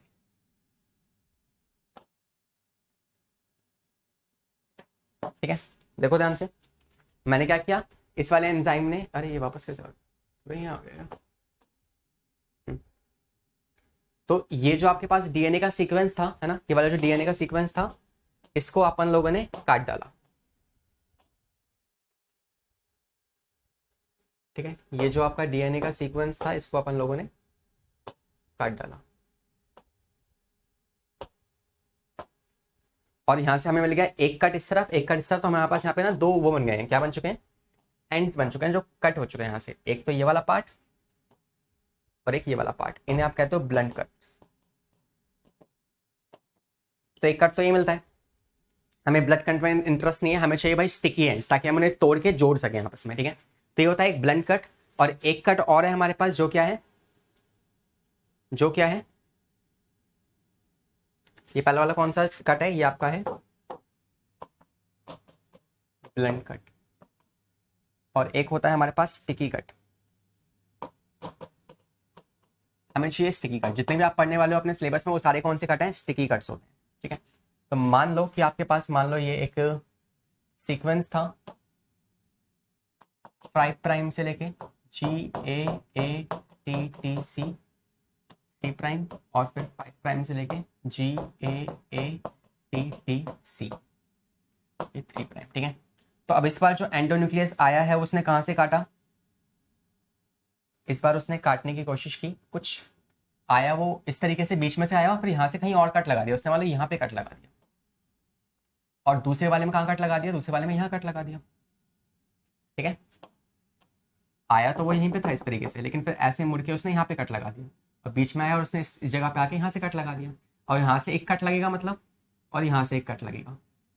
तो इसके टूटने के बाद जो टुकड़े बनेंगे वो कैसे बनेंगे, वो कुछ इस तरीके से बनेंगे डीएनए सीक्वेंस के, कि 5 प्राइम से लेके हमारे पास एक तो जी मिल गया, और बाकी पार्ट अलग हुआ कौन सा वाला, AATTC और 3 प्राइम, और यहाँ पे क्या हुआ, यहाँ पे हमें मिल गया टी प्राइम से सी टी टी ए ए, और यहाँ पे मिल गया हमारे पास जी से लेके। तो इस तरीके से हमारे पास एक कट फॉर्म हो गया।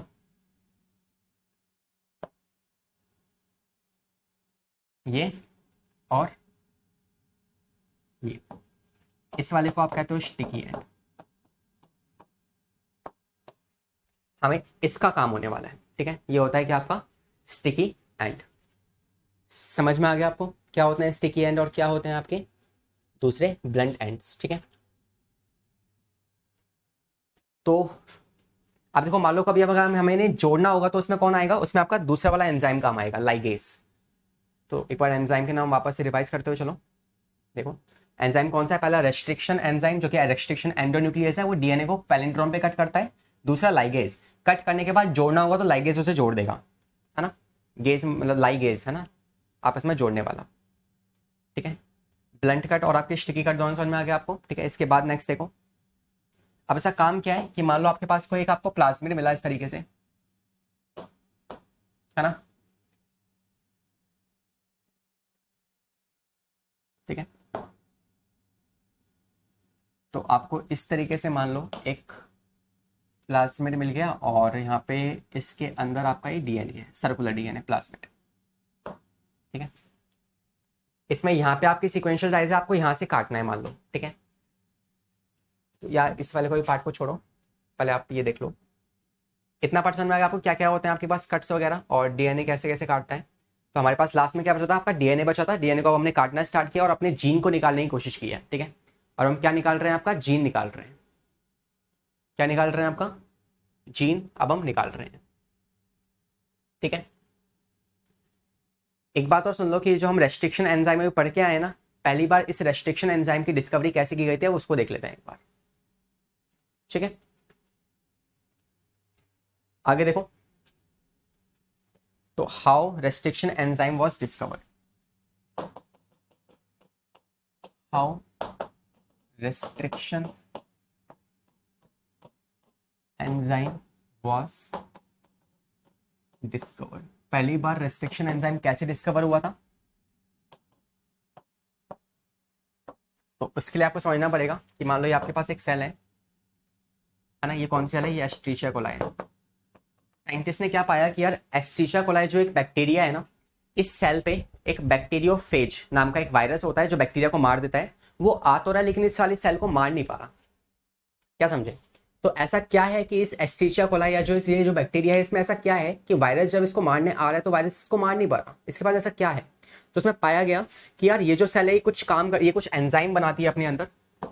मान लो ये कोई आपके पास एक वायरस आया बैक्टीरियोफेज नाम का, जिसने अपना जो डीएनए है वो इसके अंदर डाल दिया, ठीक है। अब आपको पता है कि भाई इस वाली एस्ट्रीशिया कोलाई बैक्टीरिया जो है इसके पास अपना डीएनए भी होगा। तो ये मान लो इसका डीएनए है, ठीक है, ये इसका डीएनए, ठीक है।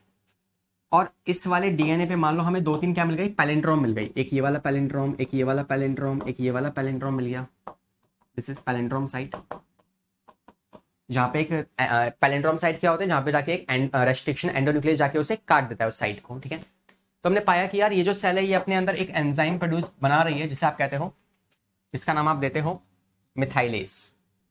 यहाँ पे एक एंजाइम बन रहा है जिसका नाम है मिथाइलेज। तो दो एंजाइम है, एक तो एंजाइम है इसके पास मिथाइलेज और एक एंजाइम इसके पास कौन सा है, रेस्ट्रिक्शन एंडोन्यूक्लियस। रेस्ट्रिक्शन एंडोन्यूक्लियस, ये दो क्या है, ये दो इसके पास एंजाइम है। तो अगर मैं आपको इसकी कहानी बताऊं तो अब क्या होगा, तो जो इसके पास दो रेस्ट्रिक्शन एंडोन्यूक्लियस एंजाइम है और एक आपका मिथाइलेज है, तो मिथाइलेज क्या करता है, मिथाइलेज जो होगा वो ऐड करेगा मिथाइल ग्रुप को इस पैलिंड्रोम पे जाके। तो मान लो यहाँ पे ये मिथाइल ग्रुप है, ये जाके इसको काटेगा, मतलब इस पे जाके जुड़ जाएगा, है ना। लेकिन होता क्या है, होता क्या है कि ये जो मिथाइल वाला मिथाइलेज जो है ये जाके इस पे जुड़ जाता है। इस बात को याद रखना कि भाई पैलिंड्रोम जो है वो सिर्फ क्या हमारी डिजायर जीन में होगा, नहीं। आप किसी भी सेल को उठाओ, उसके पर क्या है, आपके पास एक बड़ा सा डीएनए है, उसमें बड़े से बहुत सारे सीक्वेंस बने हुए हैं। तो हर सेल में एक मैच करने वाला सीक्वेंस मिल ही जाता है, ठीक है। जैसे मेरी एक सेल है, उसमें क्या होगा, GATTC होगा, तो वही वाला सीक्वेंस एक वायरस की सेल में भी पाया जाएगा, बिकॉज DNA बहुत बड़ा है, उसमें बहुत सीक्वेंस बने हुए हैं। तो एक तरह की ऐसी कोडिंग जो है मैच हो ही जाती है। तो मिथाइलेज होगा, जो इसके पास एक पैलिंड्रोम है, वो इसके पास भी एक पैलिंड्रोम होगा, तो ये जाके इस पर जुड़ जाएगा। और जो दूसरा वाला आपका एंजाइम है, जिसे आप कहते हो रेस्ट्रिक्शन एंडोन्यूक्लियस,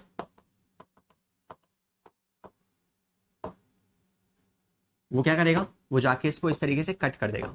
हालांकि वैसे रेस्ट्रिक्शन एंडोन्यूक्लियस करता क्या है, वो पैलिंड्रोम वाली साइड को काटता है, लेकिन ये जो है ये इसके बैक्टीरिया के उसको ना काट कर ये उस वायरस के बैक्टीरिया को काट देगा, DNA को काट देगा इस तरीके से, और DNA कट जाएगा तो फिर वो आगे डिवाइड हार्म नहीं कर पाएगा। तो इस तरीके से पहली बार डिस्कवरी हुई थी किसकी, इस वाले एंजाइम की, है ना, रेस्ट्रिक्शन एंजाइम की। तो हम कह सकते हैं कि इन 1963 में 2 एंजाइम डिस्कवर किए गए ई कोलाई के अंदर,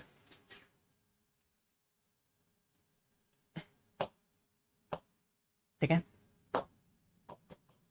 in 1963 two enzyme were discovered in 1963 two enzyme were discovered in E. coli, जिसमें से एक था आपके पास मिथाइलेज और एक था आपका रेस्ट्रिक्शन एंडोन्यूक्लियस, ठीक है। ये 2 एंजाइम को डिस्कवर उस टाइम पे किया गया था। ये 2 एंजाइम जो है डिस्कवर किए गए किसमें, एस्टीरिया कोलाई के अंदर, जो कि उसे प्रिवेंट कर रहे हैं, है ना, which is protecting damage it from the, which are protecting bacterial cell from virus, है ना। और वहां से इस वाले रेस्ट्रिक्शन एंडोन्यूक्लियस का जो काम है वो देखा गया। तो हमने देखा कि यार जो आपका पहला वाला मिथाइलेज है, ये करता क्या है, मिथाइलेज जो करता है ये ऐड करता है, इट ऐड मिथाइल ग्रुप, ठीक है। और जो आपका दूसरा वाला है, यहाँ पे देख पा रहे हो, रेस्ट्रिक्शन एंडोन्यूक्लियस है, क्या करेगा, ये जो होता है ये पैलिंड्रोम जो एंडोन्यूक्लियस है उसे काट देगा, ठीक है। तो पैलिंड्रोम जो होगा, जो साइट उसे दिखेगी, उस साइट पे जाके से काट देगा। तो this cut at palindrome of virus, ऐसे वायरस जो है डिवाइड नहीं कर पाएगा। इस तरीके से इसकी पहली डिस्कवरी की गई थी। ये सेम डिस्कवरी आपकी किस में दी गई है, आपके उसमें आपके एनसीईआरटी में दी गई है, तो इस चीज को आप याद रखिएगा, ठीक है। इसके बाद आपका है कैसे आप इनका नाम दे सकते हो, कोई भी एक रेस्ट्रिक्शन एंडोन्यूक्लियस उसका आप नाम कैसे दोगे, तो नोमेनक्लेचर ऑफ रेस्ट्रिक्शन एंडोन्यूक्लियस, ये जो एंजाइम है ना जो काटता है डीएनए पे, उसको आप नाम कैसे दोगे। तो एक एग्जांपल हम लेते हैं, जैसे ई और फर्स्ट, ठीक है। अगर आप इसमें एग्जांपल लोगे, जिसमें आपका एग्जांपल मैंने लिया क्या, ई कोराई फर्स्ट, ठीक है। तो ये आपका एग्जांपल है, इसमें याद रखना कि जो आपका पहला वाला लेटर है ये आपको क्या दिखाता है, this first letter tells you the genus, second के 2 लेटर आपको दिखाते हैं स्पीशीज, थर्ड वाला जो है ये आपको दिखाता है आर जो होगा, है ना, ये आर आपको क्या दिखाएगा, this R is going to show you कि भाई स्ट्रेन कौन सा है। और लास्ट में जो आई है ये आपका नंबर या फिर ऑर्डर ऑफ आइसोलेशन बताएगा, भाई किस लैब में कहां पर इसको इन्वेंट किया गया था। पहला वाला आपका एंजाइम है, ठीक है। एक और चीज याद रखो कि भाई पहला वाला आपका जो रेस्ट्रिक्शन एंजाइम वो कौन सा ढूंढा गया था, first restriction endonuclease was discovered, that is Hind second, है ना। हीमोफिलस इन्फ्लुएंजा से ही ढूंढा गया था, हीमोफिलस इन्फ्लुएंजा जो वायरस है उससे इसको ढूंढा गया था उसके अंदर, ठीक है।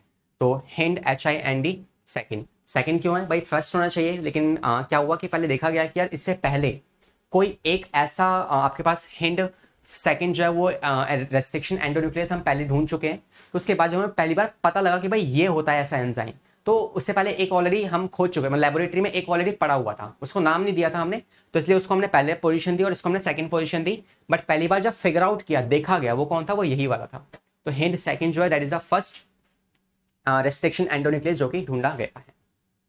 मैं आपको वापस से एक बार रिवीजन दे दूं ताकि आपको सब चीज़ें रिवाइज हो जाए। रिवीजन में क्या है, कुछ एंजाइम्स हम पढ़ रहे थे, कुछ ऐसे एंजाइम हमें चाहिए कि भाई जो हमारे डीएनए को एक स्पेसिफिक जीन की साइट पर जिसे आप पैलेंड्रोम कहते हो वहां पे काट सके, ठीक है। अब पैलेंड्रोम आपका हेक्सोमर हो सकता है, टेट्रामर हो सकता है, कुछ भी हो सकता है वो आपका, ठीक है। तो एंडोन्यूक्लियस दो तरह के हैं, एक्सो और एंडो। न्यूक्लियस दो तरह के हैं, एक्सो वाले बिल्कुल कॉर्नर्स पे कटते हैं और ये एंडोन्यूक्लियस बीच में से काटते हैं। अब बीच में भी कहाँ से, पैलेंड्रोम साइड से काट सकते हैं या फिर सॉरी आपके ब्लंट साइड पे काट सकते हैं या फिर स्टिकी साइड पे, है ना। तो ब्लंट वाले कुछ इस तरीके से होते हैं जो हमें नहीं चाहिए, है ना। तो अगर इसमें आपसे मैं देखूं तो बताओ, इसमें जो डाइस्टर बॉन्ड थी ये वाली और ये वाली, ये टूट चुकी है, लेकिन क्या इसमें हाइड्रोजन बॉन्ड टूटे? नहीं, हाइड्रोजन बॉन्ड नहीं टूटे और इसमें डाइस्टर बॉन्ड टूटी है। और स्टिकी वाले में क्या है, आपकी दोनों टूटी है ना। स्टिकी वाले में देखो ये वाली बॉन्ड तो टूटी है, तो एक ये वाली और एक ये टूटी है, तो कितनी टूटी है, 2 डाइस्टर फॉस्फेट बॉन्ड टूटी है, ठीक है। और कितनी हाइड्रोजन बॉन्ड टूटी है, देखो ध्यान से, यहाँ पे ये अलग हो गया और ये इधर अलग हो गया, तो इसका ये वाला पार्ट और ये, तो ये वाली बॉन्ड तो जुड़ी हुई है और ये बॉन्ड भी जुड़ी हुई है। टूटी कौन सी है, ये टूट गई, ये टूट गई, ये टूट गई और ये टूट गई। कितनी टूट गई, 8 टूट गई। 8 हाइड्रोजन बॉन्ड जो है वो ब्रेक हो गई, ठीक है। 8 आपकी हाइड्रोजन बॉन्ड जो है वो ब्रेक हो गई है। समझ में आ गया। तो ये होता है आपके रेस्ट्रिक्शन एंडोन्यूक्लियस का काम, और ये आपने पढ़ लिया एक तरीके से, ठीक है। इसमें कोई डाउट नहीं है ना। अब एक लास्ट चीज और मैं पढ़ा रहा हूँ आपके आज के सेशन के लिए, वो क्या है, वो है आपके जो रेस्ट्रिक्शन एंडोन्यूक्लियस होते हैं, है ना। रेस्ट्रिक्शन एंडोन्यूक्लियस होते हैं, वो स्टिकी एंड पे कैसे काट कर वो कैसे जोड़ सकते हैं, मैं आपको वो सिखा देता हूँ। तो क्या पढ़ने वाले हैं कि एक मान लो आपके पास कोई एक आपके पास कोई प्लाज्मिड है, उसको आपको काट के उसके अंदर आपको जीन घुसाना है, तो आप कैसे घुसाओगे इस चीज को, ठीक है। तो ये बात आपको पता है कि भाई एक जो प्लाज्मिड होता है वो भी क्या है, वो भी एक तरह का डीएनए है, सर्कुलर डीएनए, है ना, डबल स्टैंडर्ड। तो इसमें भी हम कट लगा सकते हैं, जैसे मान लो यहाँ से कट लगा दिया हमने इस पे, तो भाई हम करने वाले हैं। और कट लगाने के बाद क्या होगा, इस वाले प्लाज्मिड में हम अपने वाला जीन, जो हमारे पास एक बाहर जीन मिला था, उस जीन को हम इसमें इंसर्ट कर देंगे इस तरीके से, ठीक है। तो मैं आपको डायग्राम में दिखाऊं तो मैं कौन सा वाला स्टेप पे पहुंच चुका हूं और क्या दिखा रहा हूं मैं आपको इस टाइम पे, मैं आपको कोशिश कर रहा हूं दिखाने की, ये वाला पार्ट। हमने डीएनए को ढूंढ लिया पहले एक सेल के अंदर, उस डीएनए को फिर हमने एक्सट्रैक्ट भी किया, एक्सट्रैक्शन ऑफ डीएनए। उससे अब हम देख रहे हैं कि जीन कैसे निकालेंगे, और जीन जो हमें मिल गया, अब उस जीन को हम घुसाने वाले हैं इस वाले पॉली, इसके अंदर, किसके अंदर, इस वेक्टर के अंदर। वेक्टर कौन है हमारा, प्लाज्मिड। तो ये जो प्लाज्मिड है, इस प्लाज्मिड को हम यहाँ से कट करेंगे, यहाँ से कट करेंगे, और ये अपने वाला जीन जो है इसको इंसर्ट कर देंगे बीच में। देखो, तो कटिंग किसकी मदद से होती है, रेस्ट्रिक्शन एंडोन्यूक्लियस की मदद से, है ना। तो यहाँ पे देखते हैं, ठीक है। यहाँ पे हम क्या पढ़ने वाले हैं, यहाँ हम बात करने वाले हैं how sticky ends can be used. दो तरह के एंड थे, ब्लंट और स्टिकी, हमें किसका काम है, स्टिकी का। तो how sticky and can be used, तो कैसे हम इसको यूज कर सकते हैं। तो अगर मैं शुरुआत करूं सबसे पहले के साथ, तो आपके पास मान लो कि ये जो है ना, यहाँ पे आपके पास एक GAATTC है और GAATTC, तो आपको ये वाली आपकी एक साइट मिल चुकी है जिसे आप कहते हो पैलेंड्रोम, और इसके बीच में आपको एक अपना जीन घुसाना है ना। तो आपने एक सीक्वेंस लिया और वहां पे आप क्या कर रहे हो, आप एंडोन्यूक्लियस को कट कर रहे हो इस तरीके से, इस पे आप कट लगा रहे हो इस वाले पार्ट पे। तो आप क्या करोगे, इसको ऐसे कट कर दोगे,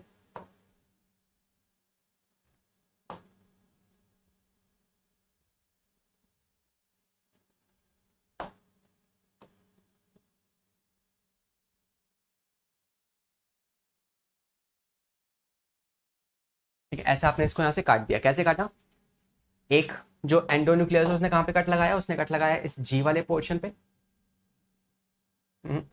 उसने कट लगाया इस सी वाले पोर्शन पे, ठीक है। और एक कट लगा दिया उसने कहाँ पे, इस वाले पोर्शन पे।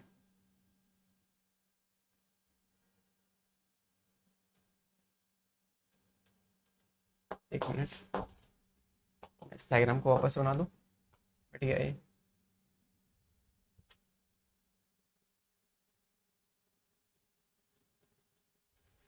तो आपने इसको ऐसे काटा है ना, तो इसका एक सीक्वेंस रहा होगा पहले, कैसा सीक्वेंस, मान लो ये 5 प्राइम है, यहाँ पे GAATTC और यहाँ पे GAATTC, याद रखना कि जो रेस्ट्रिक्शन एंडोन्यूक्लियस है वो कहाँ से काटता है, हमेशा 5 प्राइम से 3 प्राइम की तरफ काटता है। तो यहाँ से काटना स्टार्ट करेगा या फिर यहाँ से काटना स्टार्ट करेगा, ठीक है। तो यहाँ से अगर हम इसको जी से काट रहे हैं तो यहाँ पे भी ये इस जी वाले पोर्शन पे इस जगह पे काट देगा। तो यहाँ पे अगर मैं आपको बताऊँ तो इसको इस जगह से कटवा लेते हैं। यहाँ से मान लो इसने काट दिया किस जगह पे, इस पोर्शन पे। तो इस पर अगर मैं इसके नाम लिखूँ यहाँ पे तो क्या क्या नाम आएंगे, इस जगह पे इसके नाम आएंगे GAATT और ये C बच गया। और यहाँ पे अगर मैं आपसे कहूँ तो यहाँ पे क्या आएगा, यहाँ पे आपका आ जाएगा G, इस पर रह गया AATTC, इस तरीके से, या उल्टा लिख दिया मैंने GAATTC। इसको अगर आप जोड़ते हो तो इस G के साथ कौन है, C है ना। तो आप इसे ऐसे पढ़ो GAATTC और यहाँ से पढ़ोगे तो GAATTC, सेम आना चाहिए ना। देखो वही तो है GAATTC और GAATTC। तो इस तरीके से हमने इसे बस तोड़ दिया है बीच में से। तोड़ने के बाद हमें यहाँ पे इंसर्ट करना है हमारा वाला जीन, ठीक है। हमारा जीन यहाँ पे क्या करना है, हमें इंसर्ट करना है। तो मान लो मेरे पास एक सीक्वेंस यहाँ मैंने ले ली, ये मेरा DNA था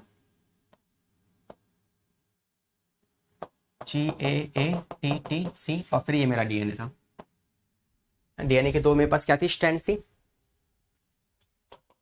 नेक्स्ट पेज पे देखो इसको, देखो इंपॉर्टेंट बात है ये वाली, है ना। तो ये आपका DNA है GAATTC, फिर आपका एक यहाँ पे जीन मिल गया आपको, ठीक है। और जैसे ही आपको आपका वाला जीन मिल गया, यहाँ पे फिर आपकी एक और सीक्वेंस होगी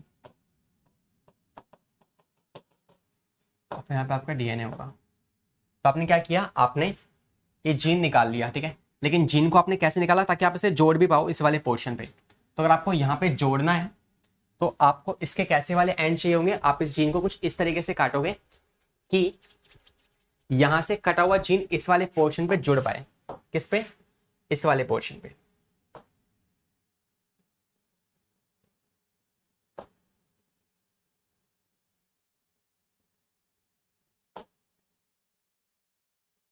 ठीक है, जहां पर GAATT और यहाँ पे C GAATTC, तो इसके बीच में आपको जोड़ना है।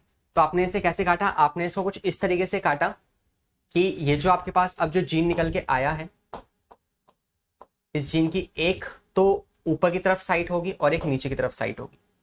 तो एक स्टिकी एंड ये बन गया इसका और एक स्टिकी एंड ये बन गया इसका। इस वाले जीन को आपने ऐसे कुछ काटा है, ठीक है। इस पे भी दो स्टैंड होंगे ना, ऊपर की तरफ एक नीचे की तरफ, है ना। जैसे यहाँ पे GAATTC और GAATTC।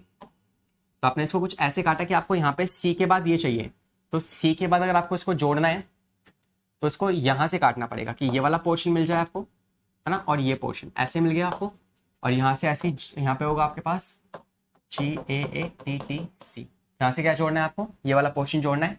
तो आपको ये चाहिए और इसके अलावा ये वाला पोर्शन आपने काट लिया, ठीक है। तो ऐसे काट के आपने इसको बाहर निकाला। वहां पे देखो ये वाला पोर्शन मैंने आपको यहाँ दिखा दिया है।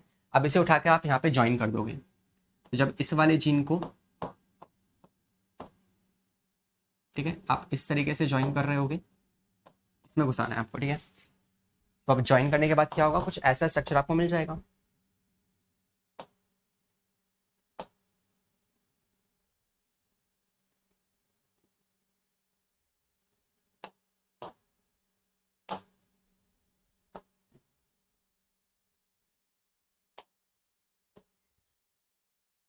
ठीक है, यहाँ पे क्या जुड़ गया, आपका जीन जो है उस तरीके से जुड़ जाएगा। यहाँ पे एक इसका ये वाला पोर्शन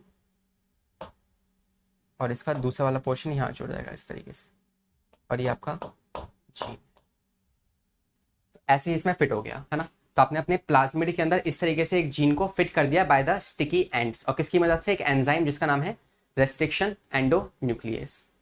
तो इसमें अगर आप डायग्राम में दिखाऊं मैं आपको, तो आप देख पा रहे हैं कैसे मैंने इसके अंदर इसको जोड़ दिया है, इस वाले को इसके अंदर ऐसे जोड़ दिया है। अब इसको बस इंसर्ट कर दूंगा इसमें इकोलाई के अंदर, और इकोलाई में डालने के बाद फिर इसकी मैं कॉपीज बना दूंगा। तो ये आपका आएगा नेक्स्ट स्टेप वाला, जिसको हम पढ़ेंगे आपकी नेक्स्ट वाली क्लास के अंदर, ठीक है। तो इस तरीके से हमने स्टिकी एंड्स बना के इनको जोड़ना सीखा है आज, और एक एंजाइम और दो एंजाइम। अब देखो ये जो जोड़ रहे हैं ना हम इस तरीके से, जो इसको जोड़ा है, इसको जोड़ने के लिए यहाँ पे बॉन्ड बनानी पड़ेगी इस जगह पे, और इस जगह पे बॉन्ड्स बनानी पड़ेगी इसको जोड़ने के लिए। तो इन बॉन्ड्स को कौन बनाता है? लाइगेज बनाता है। तो लाइगेज जो है वो पैलेंड्रोम पे जीन को ऐड करने के लिए, ज्वाइनिंग के लिए, जॉइंट बनाने के लिए इस्तेमाल होता है। कौन? लाइगेज। ठीक है, तो आई होप इतना आपको समझ में आ गया होगा, और ये वाला पार्ट हमने पढ़ लिया है आज। ठीक है, एक बार मैं आपको रिवीजन देता हूँ, और एक बात और याद रखो कि इसके बाद ना मैं आपको इसके नीचे एक डीपीपी दूंगा, एक पेज होगा, शीट होगी, उसमें जहां तक अभी हमने पढ़ा है इस पढ़े हुए पार्ट को अभी कभी सॉल्व करना ऑब्जेक्टिव है, बस एक बार ट्राई करना ताकि आपको रिवीजन हो जाए एक बार। ठीक है, इसका पीवाईक्यू सेशन आ जाएगा आपको, मगर इसके जो क्वेश्चंस हैं ऑब्जेक्टिव वाले उनको आप लगाना, ताकि आपको जो हमने पढ़ा है हमने, है ना, वो आपको बार बार रिवाइज हो जाए एक बार, है ना, वो आपको याद हो जाए साथ साथ में। तो उन क्वेश्चंस को लगा लेना, जितना हमने किया है उतने के ऊपर ही बेस्ड है उस पर सवाल आने वाले, वो वाले सवाल हैं उसके अंदर। ठीक है, फिर इसका सेकंड पार्ट जो आज शाम को पढ़ने वाले हैं उसके आपको एक और डीपीपी मिलेगी, और उसको आप कंप्लीट कर। तो फर्स्ट चैप्टर बायोटेक के 2 चैप्टर में से फर्स्ट चैप्टर जो है थोड़ा सा होता है ना, तो बच्चों को डर भी होता है इसका, तो इस वाले टॉपिक को अच्छे से पढ़ो, आज अपना टाइम इन्वेस्ट करो इस टॉपिक के ऊपर। तो आज मैं आपके इस चैप्टर को कंप्लीट करा दूंगा और इसके डीपीपी जो है वो करा दूंगा, 2 चीजें आपको मिल जाएंगी। ठीक है, तो तब तक के लिए आज का सेक्शन इतना ही था, हम मिलेंगे हमारी नेक्स्ट क्लास में, है ना। एक बार रिवाइज कर लेते हैं फटाफट से, हमने क्या देखा। सबसे पहले हमने बात की बायोटेक के बारे में, डेफिनेशन क्या होती है, और हमारे पास यूरोपियन फेडरेशन ने हमें क्या डेफिनेशन दी है, इसकी बात हमने कर ली। स्टेप्स मैंने आपको बताया, फिर स्टेप्स क्या है, पहले आप डिजायर जीन ढूंढो, डीएनए को बाहर निकालो, उसमें से जीन बाहर निकालो सेपरेट करके, फिर रिकॉम्बिनेंट स्ट्रक्चर बनाओ, और फिर उसको सेल के अंदर आप इंट्रोड्यूस करके और उससे प्रोटेक्शन करो इस तरीके से। ये पूरा आपका डायग्राम है। उसके बाद फिर क्या है, 1972 में फर्स्ट टाइम एक रिकॉम्बिनेंट डीएनए जो है वो बनाया गया था। ठीक है, रेस्ट्रिक्शन एंजाइम अलग है और रिकॉम्बिनेंट डीएनए अलग है। फिर आपके पास क्या है, ये कुछ एंजाइम्स का रोल आएगा, और इसी को कंप्लीट करने में हमारा चैप्टर जो है वो बीतने वाला है। नेक्स्ट क्लास में हम जानने वाले हैं इनके रोल क्या होते हैं और इसका रोल क्या होता है, लाइगेज, और ये हमने आज जान लिया है। फिर लास्ट आपके पास होगा होस्ट में डालना, और उससे लास्ट में आपको डाउन स्ट्रीम प्रोसेसिंग करना। नेक्स्ट स्टेप आपका सिर्फ ये होने वाला है। ठीक है, तो ये नोट्स भी मैं नीचे डाल दूंगा, इसको ग्रैब करके देखना। बाकी हम मिलेंगे हमारी नेक्स्ट क्लास में, पढ़ाई करो, है ना, और थोड़े से एफर्ट्स लगाओ आज के दिन, है ना, और हम मिलेंगे फिर नेक्स्ट क्लास में। Bye bye, take care.